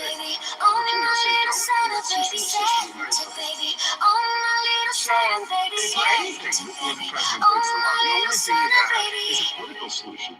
And if you don't have the votes, the president is in some sense accountable to no one unless politically have the votes to impeach him and remove them. And then once impeach and remove, then there's subject to criminal prosecution and everything else. But hopefully the president is above the law in this country unless you have the political capital to win an impeachment. Other than that, the president couldn't do it. I mean, I don't know what can be done. So there, I mean, on that constitutional remedy, which basically, it's so hard to get a conviction, especially in a partisan age. I mean, so functionally, the president in these days, in this day and age, is above the law. Why Trump is doing this? Why Trump is doing this? Not releasing the full files. It's because he's protecting the Democrats. He has said that Epstein is a Democrat problem. This wasn't a Republican. It was all Democrats. It was groups like Larry Summers and all these Democrats. It was a Democrat problem. It's the Democrats doing so now. We've seen maybe this is the Christmas season. Maybe it's a religious conversion. Maybe he said recently that he wants to go to heaven. Maybe he's not sure he can get there. So maybe now we have this attempt to follow the rules of Jesus, to love his enemies. He said, I do bad to my enemies. But now he's changing his tune. He's obviously trying to protect his friends, the Democrats. Because we know it's only the Democrats in the country. So he must be covering up for the Democratic malfeasance. He must supply the Republican loyalists and MAGA crew. I mean, Trump is in the tank for the Democrats. I don't even know how my MAGA friends feel. If you listen to Trump running to the center, three people for Democrats who run around like sex islands. That's who Trump defends. Liberal sex island politics. So, yeah, I mean, that's why I could be doing this solution. But the answer from the Democrats said it's only Democrats. So, I mean, he's protecting the Democrats. So, yeah, I don't know what we'll see in the next. I don't know. I mean, the president's above the law. I don't know what will be. And so, yeah, I don't know. It'd be interesting to see if we have any of our friends here who are Trump supporters and devotees what their opinion will be. But Gary, that's my story, my friend, and I'm sticking to it. Well, I know you say that a little bit facetiously, but you're actually absolutely right in your facetiousness that the president has said that this is a Democratic issue and not a Republican issue, as if sexual impropriety is a partisan issue. By the way, if you ever wanted to see what Bill Clinton looks like in a bathing suit, some of the photographs show him lounging in the hot tub and in the pool. And I don't know whether that's at the island or in Palm Beach or at his home in New York City. I don't know whether the home in New York City had such wonderful amenities. And one of the things that's very interesting, as I understand it, about all these photographs is there's no context given to them. They're just, it's a dump of material with no context. And so it leaves it to the viewer's imagination. The photographs that I'm looking at right now of the former president do not show him doing anything untoward, do not show him engaging with any underage individuals. However, in the background of one of the photographs, whoever that person is, they blacked it out. So that's the kind of redaction that they would do to protect someone, perhaps at that point underage person, but it does not necessarily imply that that underage person was forced to engage in sexual activities with anyone, much less the former president. But I just wanted to toss that out. We do have, and you can find it online right now, photographs of Bill Clinton in a bathing suit, with Jeffrey Epstein in a bathing suit next to him, or in close proximity to him. All right, as more stuff comes to light during the ensuing gathering here today, I will bring you breaking news, because that's my job, ladies and gentlemen, to bring you breaking news such as this. And also, as I do, the words of Norm kind of ring in my ear, because he believes all of this is salacious in nature, that we are all as a nation engaging in rumor mongering. We are wagging our tongues over something that has not been proven, other than the activities of Maxwell. Mr. Your microphone's stuck on. Thank you. The convictions of Epstein and Maxwell. Other than that, nobody has been charged, much less convicted of anything. So I will ask myself, or ask ourselves collectively, are we engaging in salacious rumoring, gossip mongering, or is this really a matter of such national import and in the public interest as we claim that it is? Something for us to just self-evaluate. Howard, followed by Ben. Yeah, hey, Gary. I thought Marshall pretty much summed it up pretty well. Question for you.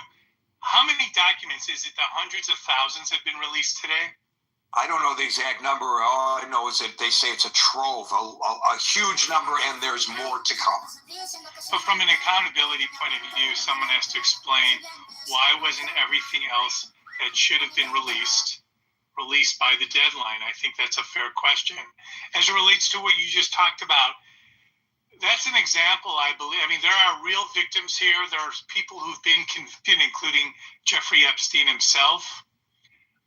Real crimes happened. People's lives have forever been changed. So for someone to just think it's salacious, that just shows you how limited one's critical thinking skills may be. And I'll leave it there, Gary. Thanks. Thank you, and I'll get the number. I'll find that because I'm sure it's been published somewhere. Thank you, Howard. Ben, followed by Hermes. Thank you, Gary. I really appreciate it. As somebody who I'll say straight up that I voted for Trump in the last election. I'll say this: anyone found guilty in a court of law of sex crimes, especially those against minors, should experience the full weight of the law. Obviously, right? I think we can all agree on that. Those present on the stage, in the audience, everybody, we can all agree on that simple fact. I think my explanation for this entire thing, to answer your title of the room, do I think that he's necessarily covering anything up? I don't necessarily think so. I think based on what I've read, and admittedly, I haven't seen every single piece of evidence. Obviously, with these new files dropping, it's hard to stay on top of literally every single piece of evidence. My general gut of this entire thing was Donald Trump was somebody who values above all his personal image, right? He has literal buildings with his name on those buildings. Like, he is so incredibly worried about his image. I think he's somewhat aware of the fact that, or he certainly thinks that certain things will tarnish his name, other things won't. I think hanging out with actresses and actors and that kind of thing, or rubbing shoulders with certain people, I think doesn't worry about will tarnish his image. And I think hanging out with pedophiles is something that he is worried about will tarnish his image, right? So I think he spent a lot of time with Epstein, and I either wasn't aware that he was a pedophile or turned a blind eye to it. And then once it became an issue, you obviously saw him kick him out of Mar-a-Lago, et cetera, et cetera. So, that's my general feelings towards this thing is I think Trump is worried that his name is going to get smeared with this guy and associated with him in much the same way that I think if Bill Clinton, or even Hillary Clinton to some degree, but certainly Bill Clinton was to, and obviously I know that he's very old, but if Bill Clinton was to run for a public office right now, I think that his image is very much tarnished by this stuff. So I personally think that, again, if Trump's guilty of anything, I'm more than happy to watch him hang for it, metaphorically speaking, in the sense of doing his time or whatever. I have no issue with that whatsoever. Pedophiles are, whatever. No issue with that whatsoever. It just, his actions don't necessarily strike me as somebody who's trying to cover up anything, but more to just simply protect the Trump brand. I think that that's more important to him than literally anything else. How do you reconcile the fact that, and to answer, asking you this question, I will I'll answer Howard's. There are hundreds of thousands, according to the government, that's the terminology that they use, of documents released, hundreds of thousands. Clearly, those hundreds of thousands of documents are not all about Trump. So why would he been so concerned about releasing all of that, especially if, in fact, the White House is accurate in saying there's no smoking gun pointing at the president? You still hold that he's protecting all of these other people's images because that's necessary in order to protect his own? Is that basically your argument? I think that his name is littered throughout this thing because I think that Jeffrey Epstein was somebody who clearly loved to rub shoulders with prominent people. And you can say, oh, he did it to, get people on board for, to engage with these young girls or whatever the motive may have been. And I bet you if I was a betting man, I would say that Trump's name is littered throughout these entire documents. But I also, again, if I'm proven wrong, then I'm more than happy to recant this. I think that Trump just doesn't want that stuff out there because he just doesn't want his name to get tarnished. And I think at this point, he's just kind of like, I saw a tone and a shift in the past few weeks with the president in regard to these documents, in the sense that I feel like he was a lot more reluctant in the beginning because, again, I just don't think he wants his name tarnished. I don't think he's trying to protect Democrats. I don't think he's trying to protect Republicans. I think it's literally all about his name and his image, and he just doesn't want this thing to drag out and drag out and drag out into the midterms, et cetera, et cetera. And above all, not necessarily that he cares that much about the midterms, but again, it's all about protecting the Trump name, the Trump brand. I really do think that that's all he cares about. Thank you for that, Ben. Marshall, did you want to interject? All I was simply going to say was, I think I agree with Ben. I think I agree with that take that he is overly worried about his own image. and that I think if we look back at his life as a TV personality and his first term as president, we see somebody extremely worried about their own brand in ways that are not always helpful for the country or healthy for the country. But I really kind of jive with that he wants to protect his own image. I've never thought to myself, God, he did a little bit. I haven't seen any evidence to substantiate that. I know other people that think he did, but I really do think protecting his own image, being selfish.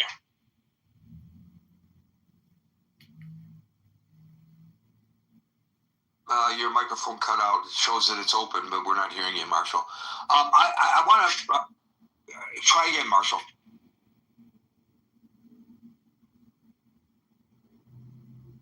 No, your microphone, your audio cut out completely there. I just want to direct people's attention to a couple of comments in the main chat, which is linked above. Yasi writes, I'm skipping through it at the moment. Insane redactions, and it's voluminous. And that's followed by a comment from William, in which he actually offers to us a screenshot of 1, 2, 3, 4, 5, 6, 7, 8, 9, 10, 11, 12, 13, 14 lines in which the only thing that is not redacted is Donald Trump is, the next line, the 2 lines down, most, 2 lines down, innocent. Oh, this is funny. I thought it was real. Now I realize as I read it, it's not real. It's not real. But it is funny. I really thought you had screenshotted something that was heavily redacted. Thank you, Ben, and we'll now go to, I'm gullible, Raid, followed by Double. Hey, Gary, I'm looking right now at the Department of Justice website, and I'm searching for terms like receipts, invoices, pictures, and it is an incredible data dump. This is the information that was taken during his first trial. There's a lot of risque photos even. I don't think that they even know exactly how much information they've released, meaning that there are telephone numbers and photographs that have never been seen. Jeffrey Epstein photographed his entire life. These are all Kodak photos. What's on the CDs? Nobody actually prints photos anymore, but Jeffrey was obsessed with filming his life. And you could say many vain, egotistical people do that. And it's a little bit like Nixon and recording all the conversations, which ended up getting you in trouble. And this data dump, and you have to get in line on the website, and then you can go in and search for whatever term you want. But if you just type in pictures, you are going to see things that you can't believe. Very powerful people. It's unbelievable. And we're talking about like the microfiche, the small photos, and hundreds of pages. It is so much information, and it's such an in-depth look into his lifestyle, his activities. Again, this was all the information seized by the police and the FBI that was returned. And so you can't believe, I'm looking at things right now that you can't believe, like chateaus and castles. We're talking about the most luxurious lifestyle and quite a bunch of photographs. So it's unbelievable, the volume. You have to, the link is on drudgereport.com if you want to search it.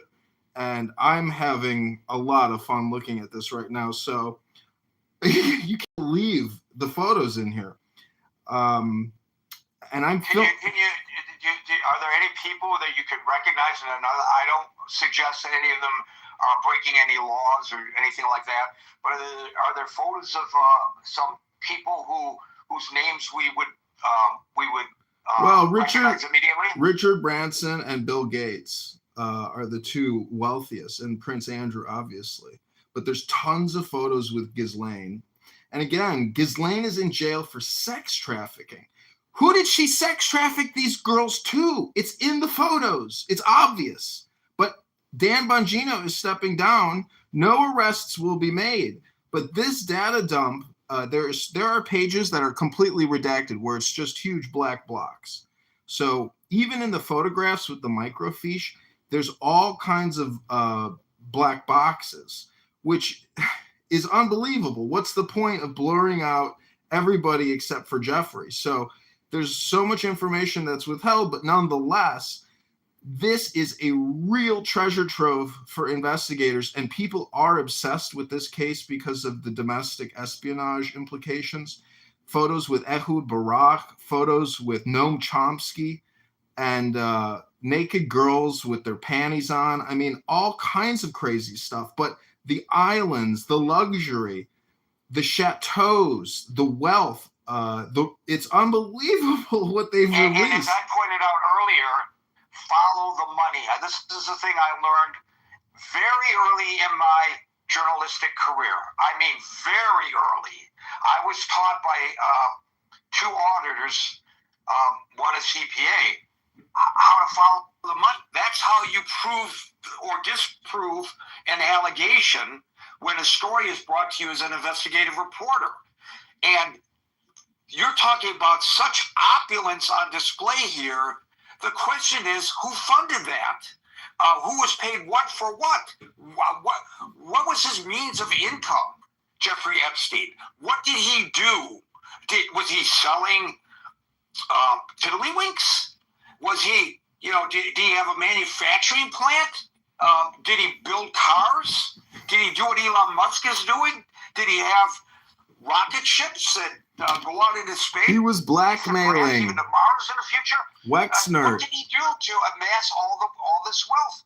Where did the money come from? His number. And why was that money handed over in the first place? His number one score was Wexner, founder of Victoria's Secret and other major brands. And the fact is that these Bill Gates photographs mean that he was blackmailing him. And there is, actual confirmed blackmail, but the photographs of the girls in lingerie, but Bill Gates, there's multiple photos that have been released of Bill Gates with what looks like underage girls. And again, Ghislaine is in prison for sex trafficking women to rich men who she diddled around with Jeff. So the question is, will Bill Gates be arrested? I think his arrest is imminent.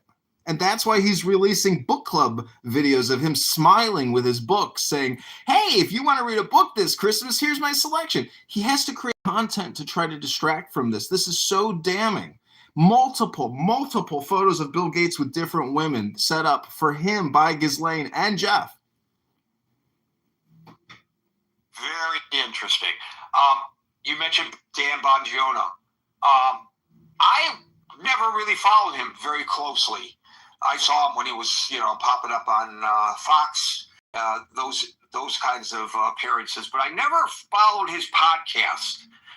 But I suspect the new year will bring a new podcast.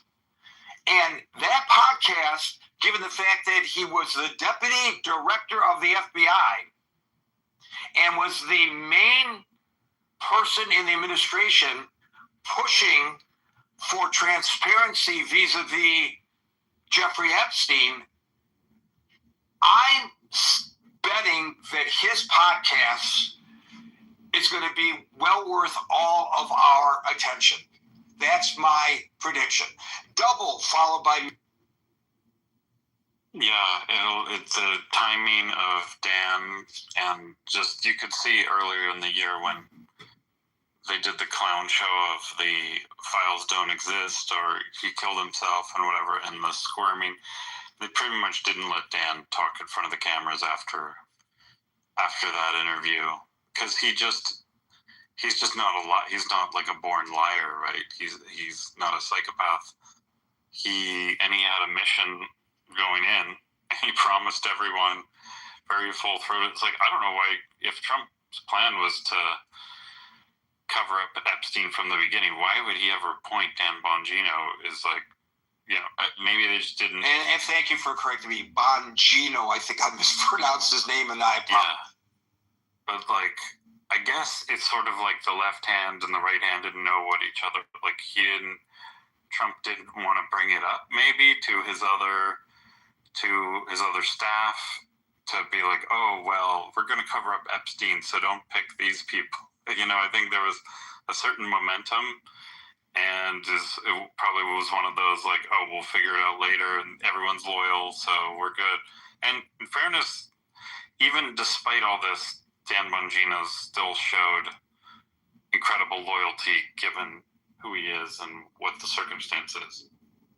So we'll see what happens, but he's got to feel horrible. Oh, I'll go on mute while Marshall interrupts. I was just going to say Dan Bongino didn't do jack for the FBI. There was a report done by the Judiciary Committees in both the House and the Senate, and they found that people like Bongino and like the FBI director were way more interested in social media than in guiding the department, which I just found hilarious.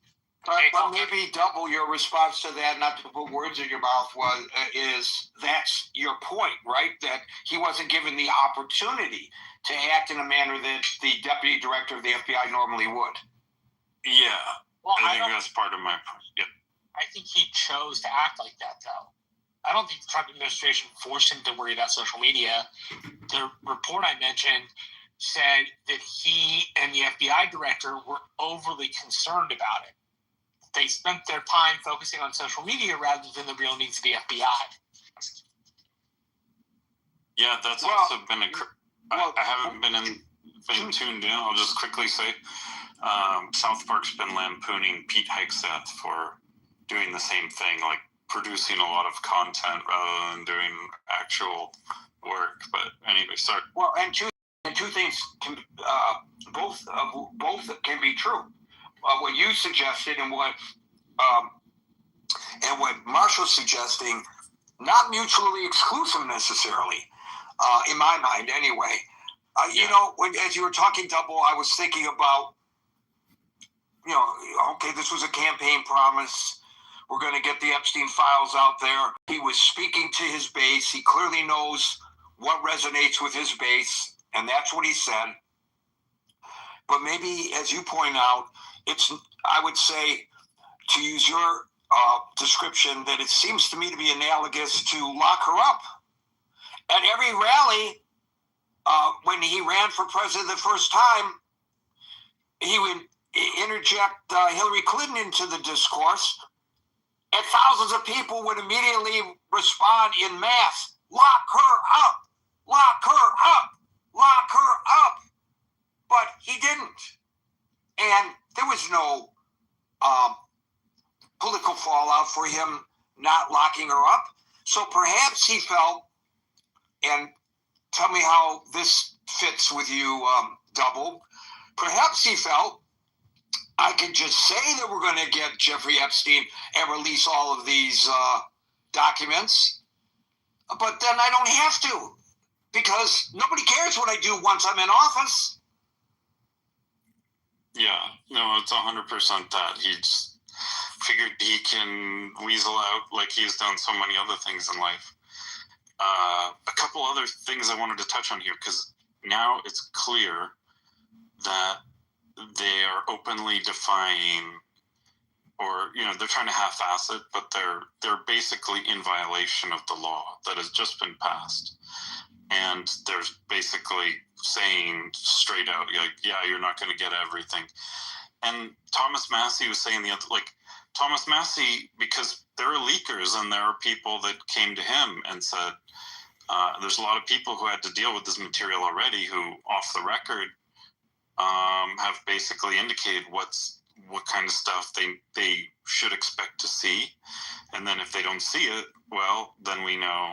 So in a way, we have to credit the administration for being transparent about the fact that they're in violation, rather than pretending like, oh, we release everything, and then having this whole, well, actually you did, this whole fight, because it's more just they're being they're being straight up about it. And as someone said, impeachment's the only avenue now. And we have to wait for a new administration or something. But this is just what we're dealing with. And it was pretty clear to me when, okay, there's two other things I want to bring up, and I'll try to be succinct.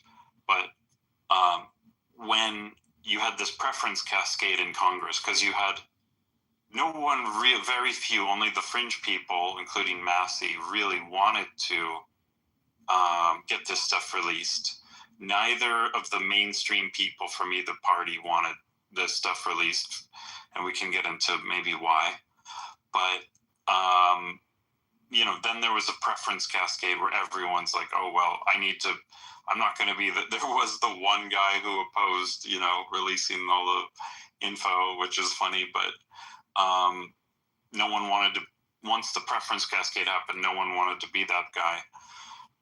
And then even Trump flipped from being like, oh well, yeah, don't do it, to yes, everybody should sign this bill. But of course, he just made the calculation like, well, yeah, we're just not going to follow it, right? We're going to signal, we're going to play this game, but then we're just not going to do it because there's something he's hiding. But what he's hiding, and my speculation from the beginning, Gary, if you look at so many of the people involved and the level of sophistication and all this stuff, it's pretty clear.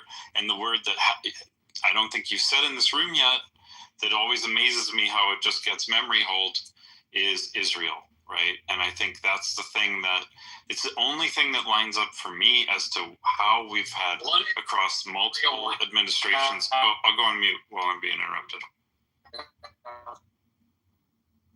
No, I'm just asking. Is he in the Matrix? Or is yeah, he's having trouble. You're having trouble making the trip there, Marshall. All right, thank you, Double. Before you interrupt. I was wondering how long it would take for somebody to interject Israel into this rather than what's actually seen in the documents. Hey, Gary, have we seen a picture with George Soros yet? Oh, my God. I don't want to see that. That's something that you can't unsee. Rolf, followed by Mo. Yeah, I think there's two dimensions to this. One is the political angle, which is Republicans versus Democrat, which I think is actually being overstated because let's not forget, Trump started as a Democrat. Trump has always been a family friend of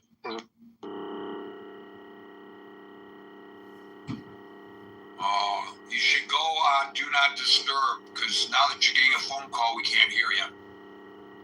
I'm going to mute Rolf and leave him up on the stage and try to get back to him later. We're going to Mo, followed by William. By the way, I got distracted by the previous caller's interjection of Israel into the discussion. I wonder how this reflects on the number of the Palestinian babies that were killed. I guess that's the next dots to connect somehow through all of this. There is another level of accountability that probably is soon to come. And William, I think, is an attorney. Merrill is in the legal profession. They can correct me if I'm wrong about this. But if, in fact, the Democratic members of the Oversight Committee go to court to claim that the Justice Department violated the law by not releasing the documents. And if, in fact, the judge directs the U.S. attorneys who are representing the government at that hearing to release those documents forthwith, and those documents are not released forthwith, then you're dealing with an officer of the court who defied a judge's direction. I don't know whether they are indemnified because it's not them even though it's their department, but it's those who they are representing in court, or whether under these kind of circumstances, since it's their department that they are representing, when appearing before the judge, if they are not in compliance, does that put them in legal or at least jeopardy with the bar? Are their licenses potentially going to be suspended? And with that in mind, what's their demeanor going to be before the court, and what effect will they have on getting Pam Bondi if that scenario were to occur to comply? There may be some kind of a judgment day coming, and it might go as high as the Attorney General of the United States, whose own legal standing with the bar might be in jeopardy here. I don't know, but it's just, people are talking about accountability, myself included. I'm just wondering out loud about that. I could be way off base. I'm very curious about the answer to those questions. Mo, followed by William. Hello, guys. Thanks, Gary. I appreciate the room, everyone in here. I just want to answer the question first and foremost. Is the White House covering up the Epstein files? I think it's pretty in your face that they are. It wouldn't have taken months for Adelita Grijalda to be sworn in her seat. But, when it's a Republican, it can take a lunch, so I think they purposefully tried to stall this as much as they can. And when it comes to some of the legal ramifications that we are talking about here, it's very real, right? Because the DOJ was ordered to release all of the files, but according to Todd Blanche today, we know that they're going to release them on a rolling basis. So either way, I think the Todd Blanche, Pam Bondi, the entire Justice Department, really, they might be in some serious legal trouble. I'm not a legal expert. This is just the information that we all have, right? But I think the White House is covering this up. I think it's in your face. And honestly, I've had a little peruse through some of the files that have come out, some of the pictures. And honestly, I'm really shocked. I'm really shocked at how many key celebrities are in these files. We're talking Chris Tucker, Diana Ross, Michael Jackson, the former Duchess of York, right? This is insane stuff. But honestly, I think the only thing that the Democrats or even some Republicans whose stomach is turning at the possibility that, this could destroy the administration, right? I think impeachment is the only thing that is really going to I think impeachment is really going to be the only way that this gets through, if that makes sense. As all these names become revealed, Mo, it makes me wonder, who the fuck was Jeffrey Epstein? He was a financier. We know that. But who amasses all of these A-listers as visitors to his home and properties for parties and such? Who is he that he was able to get Diana Ross to come and be a guest? And all these other people, Bill Gates, Bill Clinton, Ehud Barak. Who is he, or who was he that he was able to do that? I think, Marshall, did you want to go? Sorry about that, bro. Did you want to say something? I have a question for you, and I am driving, and I pay attention to a car, and now I forgot the question. Pay attention, brother. Pay attention. We don't want you crashing. Anyway, Mo, what are your thoughts about that? How does he get all these people, in his Rolodex, basically? Well, I've worked in finance before, don't work anymore. But honestly, he had, I'm going to side with the conspiracy theorists here a little bit, right? But he might have been some sort of asset, either for the U.S.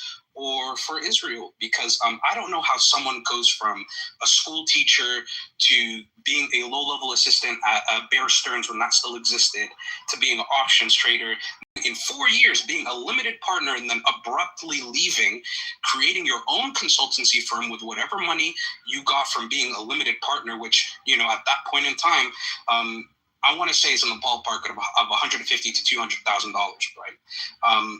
So I don't know how he came to this money. I don't know how he even got into Bear Stearns as a public school teacher, right? There's a lot of questions about his rise to success and where he's got his money from, because when we're conducting a timeline, when we're looking at this bit by bit, there are massive gaping holes, and the only rational explanation for all of this stuff is that he had a backer of some sort, whether it was the government, the U.S. government, the Israeli government, someone, right? Because we have information as relevant as 1980, right? That he had fake passports, Austrian passports under false names. He had multiple passports.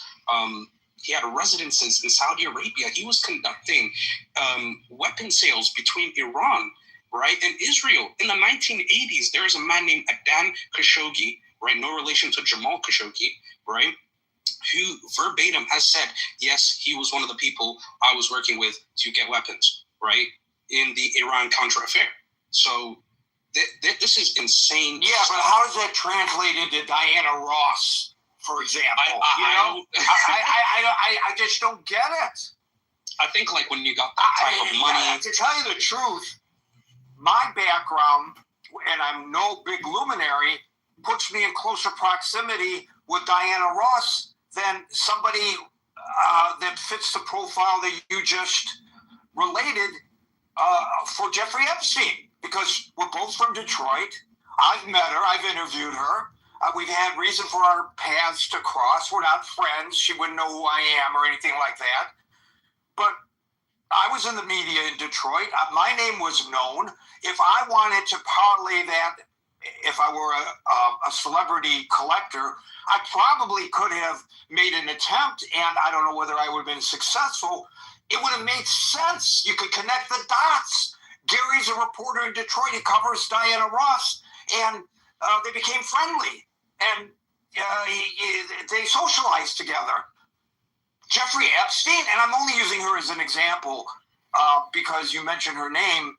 What is his alleged relationship to the CIA or MI6 or Mossad have to do with people like that? All these other folks whose names are already popping up as having appeared in all these photographs that were released an hour and a half ago or 2 hours ago now. How does somebody fitting the profile that you just described, I mean, even if, as you are suggesting, some international or government agency or multiple government agencies cultivated him as an asset, how does he get all these people to just come to his house and to his island at the snap of a finger? Who is he to amass these individuals? It doesn't, on the surface, to those of us who are not making $200,000, much less the millions that he made, hard for us to really, I think, fathom how that came to be. Well, we have to look at it like this, right? Jeffrey Epstein, while there's this little gap in the timeline, right? We also have to consider that he, in 1987, right, created a financial consultancy firm. So I've worked with people who have worked for financial consultancy firms, and they travel a lot. They have to meet their clients. Some of their clients are very paranoid. They make a lot of money. They're not going to email you. They're not going to call you. They're going to have face-to-face meetings, right? So when you're a financial consultant and, you're basically advising people who have money, where does that money come from? Who cares? Sports, entertainment, government contract, it doesn't matter, right? So being a financial advisor, right, being an asset manager, right, I think maybe he was managing some of their assets or wooing them in order to make their assets. I think that's where. That's a logical response to my question. Thank you. Well, that's a good response. William, followed by Merrill. Hey, Gary. Hey, everybody else. First of all, this has the smell of like a Russian-style compromise operation. That being said, we don't know who put this together, why it was put together, how it was financed, and following the money is a good idea if that can be revealed. I don't know if you remember the parties of the 1980s, but you know they were wild. They could take place in big mansions or on islands in the Caribbean or a lot of other places. And I think I have not seen any of the actual photographs that were newly released. And I've only seen these things that were previous released that were in the public record up until now. And it's pretty limited. And some of them look pretty incriminating, but I haven't seen anything newly released. You can have your name appear as being in these files and not necessarily be guilty of diddling some child. Absolutely true. But as one of our previous callers suggested, Maxwell was convicted of sex trafficking, and she had to be trafficking these kids to someone. Absolutely, and some of them, and the evidence may show, and I haven't seen the evidence, but the evidence may show that some of them are guilty of crimes, or at least they deserve to have further investigation for potential criminal activity that is still chargeable under the statutes of limitations, whatever jurisdictions you want to try to charge them. And I don't know. But you know what? The various government investigative agencies, whether they're state or federal, have had ample opportunity, if in fact there are people who deserve to be charged, to take action, and they haven't. Only that suggests that they're covering up for somebody. And the whole way that Epstein himself was prosecuted and then first given a sweetheart deal and then prosecuted federally on some other grounds and ends up dead in his prison cell, the whole stinks. So, there's... So let me ask you this, William. Let me ask you this, William, if I may, and I hope this doesn't break your train of thought, but it's in line with what you just said. Let's just say, for the sake of discussion, and without pointing fingers at anyone, because you could just put all of their names up on a board and throw darts, and everyone it lands in, it'll be that agency. So let's not speculate about what agency or agencies. Let's just say he was some kind of a government asset. And let's say that primarily he was a government asset for the United States of America. And that certain associations he had deserve protection under the question of national security, which in fact this law allows the redaction of any information that could affect national security, which gives rise to the implication anyway that the drafters of that legislation recognized that that was a possibility, that there were national security concerns involving Jeffrey Epstein. Do, in your mind, those potential national security concerns outweigh the responsibility of the government to prosecute somebody for sex trafficking and to prosecute those who participated in that sex trafficking? Well, first of all, I would have to look at the evidence sort of, on a piece-by-piece basis, to actually see what it shows and see what's going on. And I haven't had that opportunity. However, that's the type of thing that a judge should have the opportunity to weigh. And the fact that people may have been pressured not to prosecute on some vague notions of national security, that is suspect. So the fact that it's been, who are they supposed to turn these documents over to? Congress? or The American I mean, it's not, people, the American people, which well, is what I mean, they're doing. directly, or is it going to Yeah, some no, congressional committee? directly to the American people. It's online right now. You could go look at it right now. It's all there, at least all that they released today. You could see it just as easily as any member of the Oversight Committee could see it.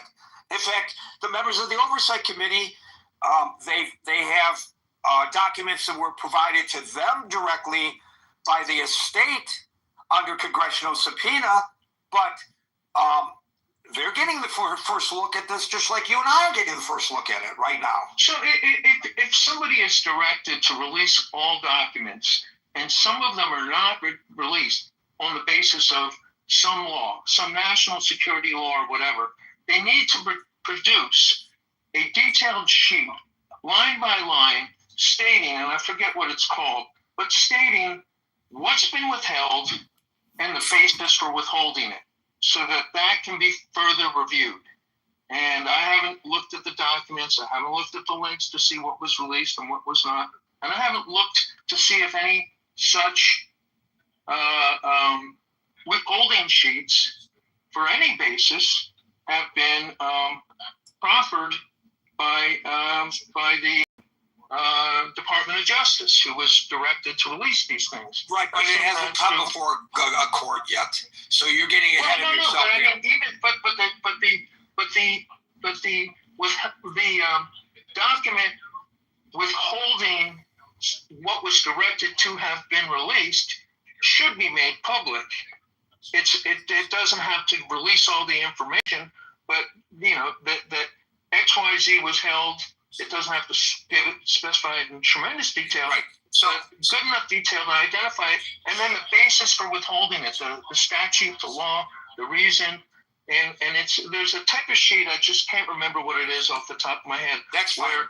It's okay. I understand the process. Also, as far as having people's bar licenses revoked, the bar licenses are state by state. Sometimes they're in federal jurisdiction, like Guam or D.C. or something like that. Generally in D.C., you already have to have a state license from some other jurisdiction. So, yeah, the people who are disobeying direct court orders do put their law licenses in jeopardy for not obeying court orders.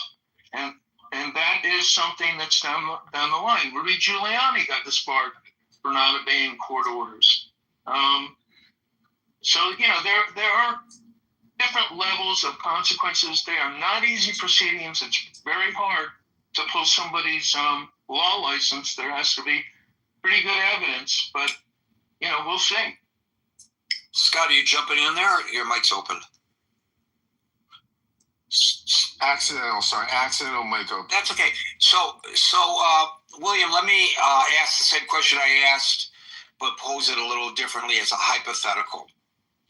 Hypothetically, if the United States government was using Jeffrey Epstein, I am not accepting messages while moderating.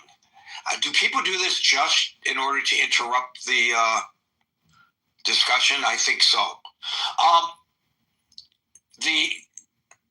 Let's just say hypothetically, William, that the United States government, and I'm not alleging this, I'm just asking hypothetically. Let's say hypothetically the United States government was using Jeffrey Epstein as an asset to gain information and to exert influence on people by putting them in compromising positions, which may be the case here, not saying that it is. Do those national security concerns outweigh the desire or the need for us as a society to prosecute people who were purveyors of sex with underage girls? It would depend on a case-by-case basis, but the safety mechanism would be those kinds of sheets which would specify. No. I'm sorry, William. There's a yes or a no response to that question, and you may not be prepared to answer it, and nobody's saying that you have to answer it. But I think there's a yes or no answer to that question. I don't think it's case specific. Either it's acceptable in the way we run our government to put people in compromising positions in order to, under the hypothetical, to procure information or to influence them or their governments by blackmailing them with underage. I think I can answer your question. The answer is no. The answer is no, based on the fact that Ghislaine Maxwell was already prosecuted and convicted with these types of documents, and it did not present a breach of national security. Because they never revealed what would have to be revealed if it comes out that such and such government official of such and such nation engaged in sex with a child, and then some consideration was given to the United States for our national security purposes shortly thereafter. That never came out something like that in the Maxwell case, but it might come out in the case of the quote-unquote gentlemen who were purveyors of who she was sex trafficking. Yeah, well, I mean, it could come out in further proceedings, and if there were issues of national security, then there are procedures to have special judges rule upon that. But it wasn't a problem in prosecuting Ghislaine Maxwell or in initiating the second set of charges. But the point is that none of those men who defiled these children have been brought to justice. None of them. Maybe they will be. Maybe they will be, and that doesn't present necessarily national security. I think you're in Baltimore. Am I in Baltimore? I'm in Philadelphia. Philadelphia, I'm sorry. Well, that's closer. I invite you to get on the Amtrak and come and see me. I've got a bridge for you. I'm going to sell you that bridge at a discount. I'll give you the title to the Brooklyn Bridge. I'll sell you a bridge. I'll sell you the Ben Franklin or the Walt Whitman. Well, you should have told me. You should have told me that you were going to sell me the bridge that collapsed. But okay, thank you, William. Abby, followed by David. Okay, so I'm actually going to help you. I'm actually going to. I had other stuff to say, but I'm going to answer your question because we have a standard in our court system, which is a compelling state interest, and it's a very, very specific legal standard based on our Constitution that requires our government to show an extremely important, an essential, unbelievable national security or public health interest that would justify infringing on a fundamental right or pass any kind of right or potentially a criminal action. It would have to go to what we say the highest level of judicial review and strict scrutiny. But Abby, may I just interject by asking you this then? And that is, but it has to come before the court in the first place. Yes, but I'm saying, answering your question, answer your question, there is a mechanism within our government when there is a national security compelling state interest that will pass a test in our court system. I was going to go through the prongs of the test, but it may not be necessary for me to go through all the prongs and tell you it and what the strict scrutiny is. But when it is of a national security level, we actually have had this happen in our nation. We've had rulings in our Supreme Court regarding it, and we have allowed rights and issues like you're raising to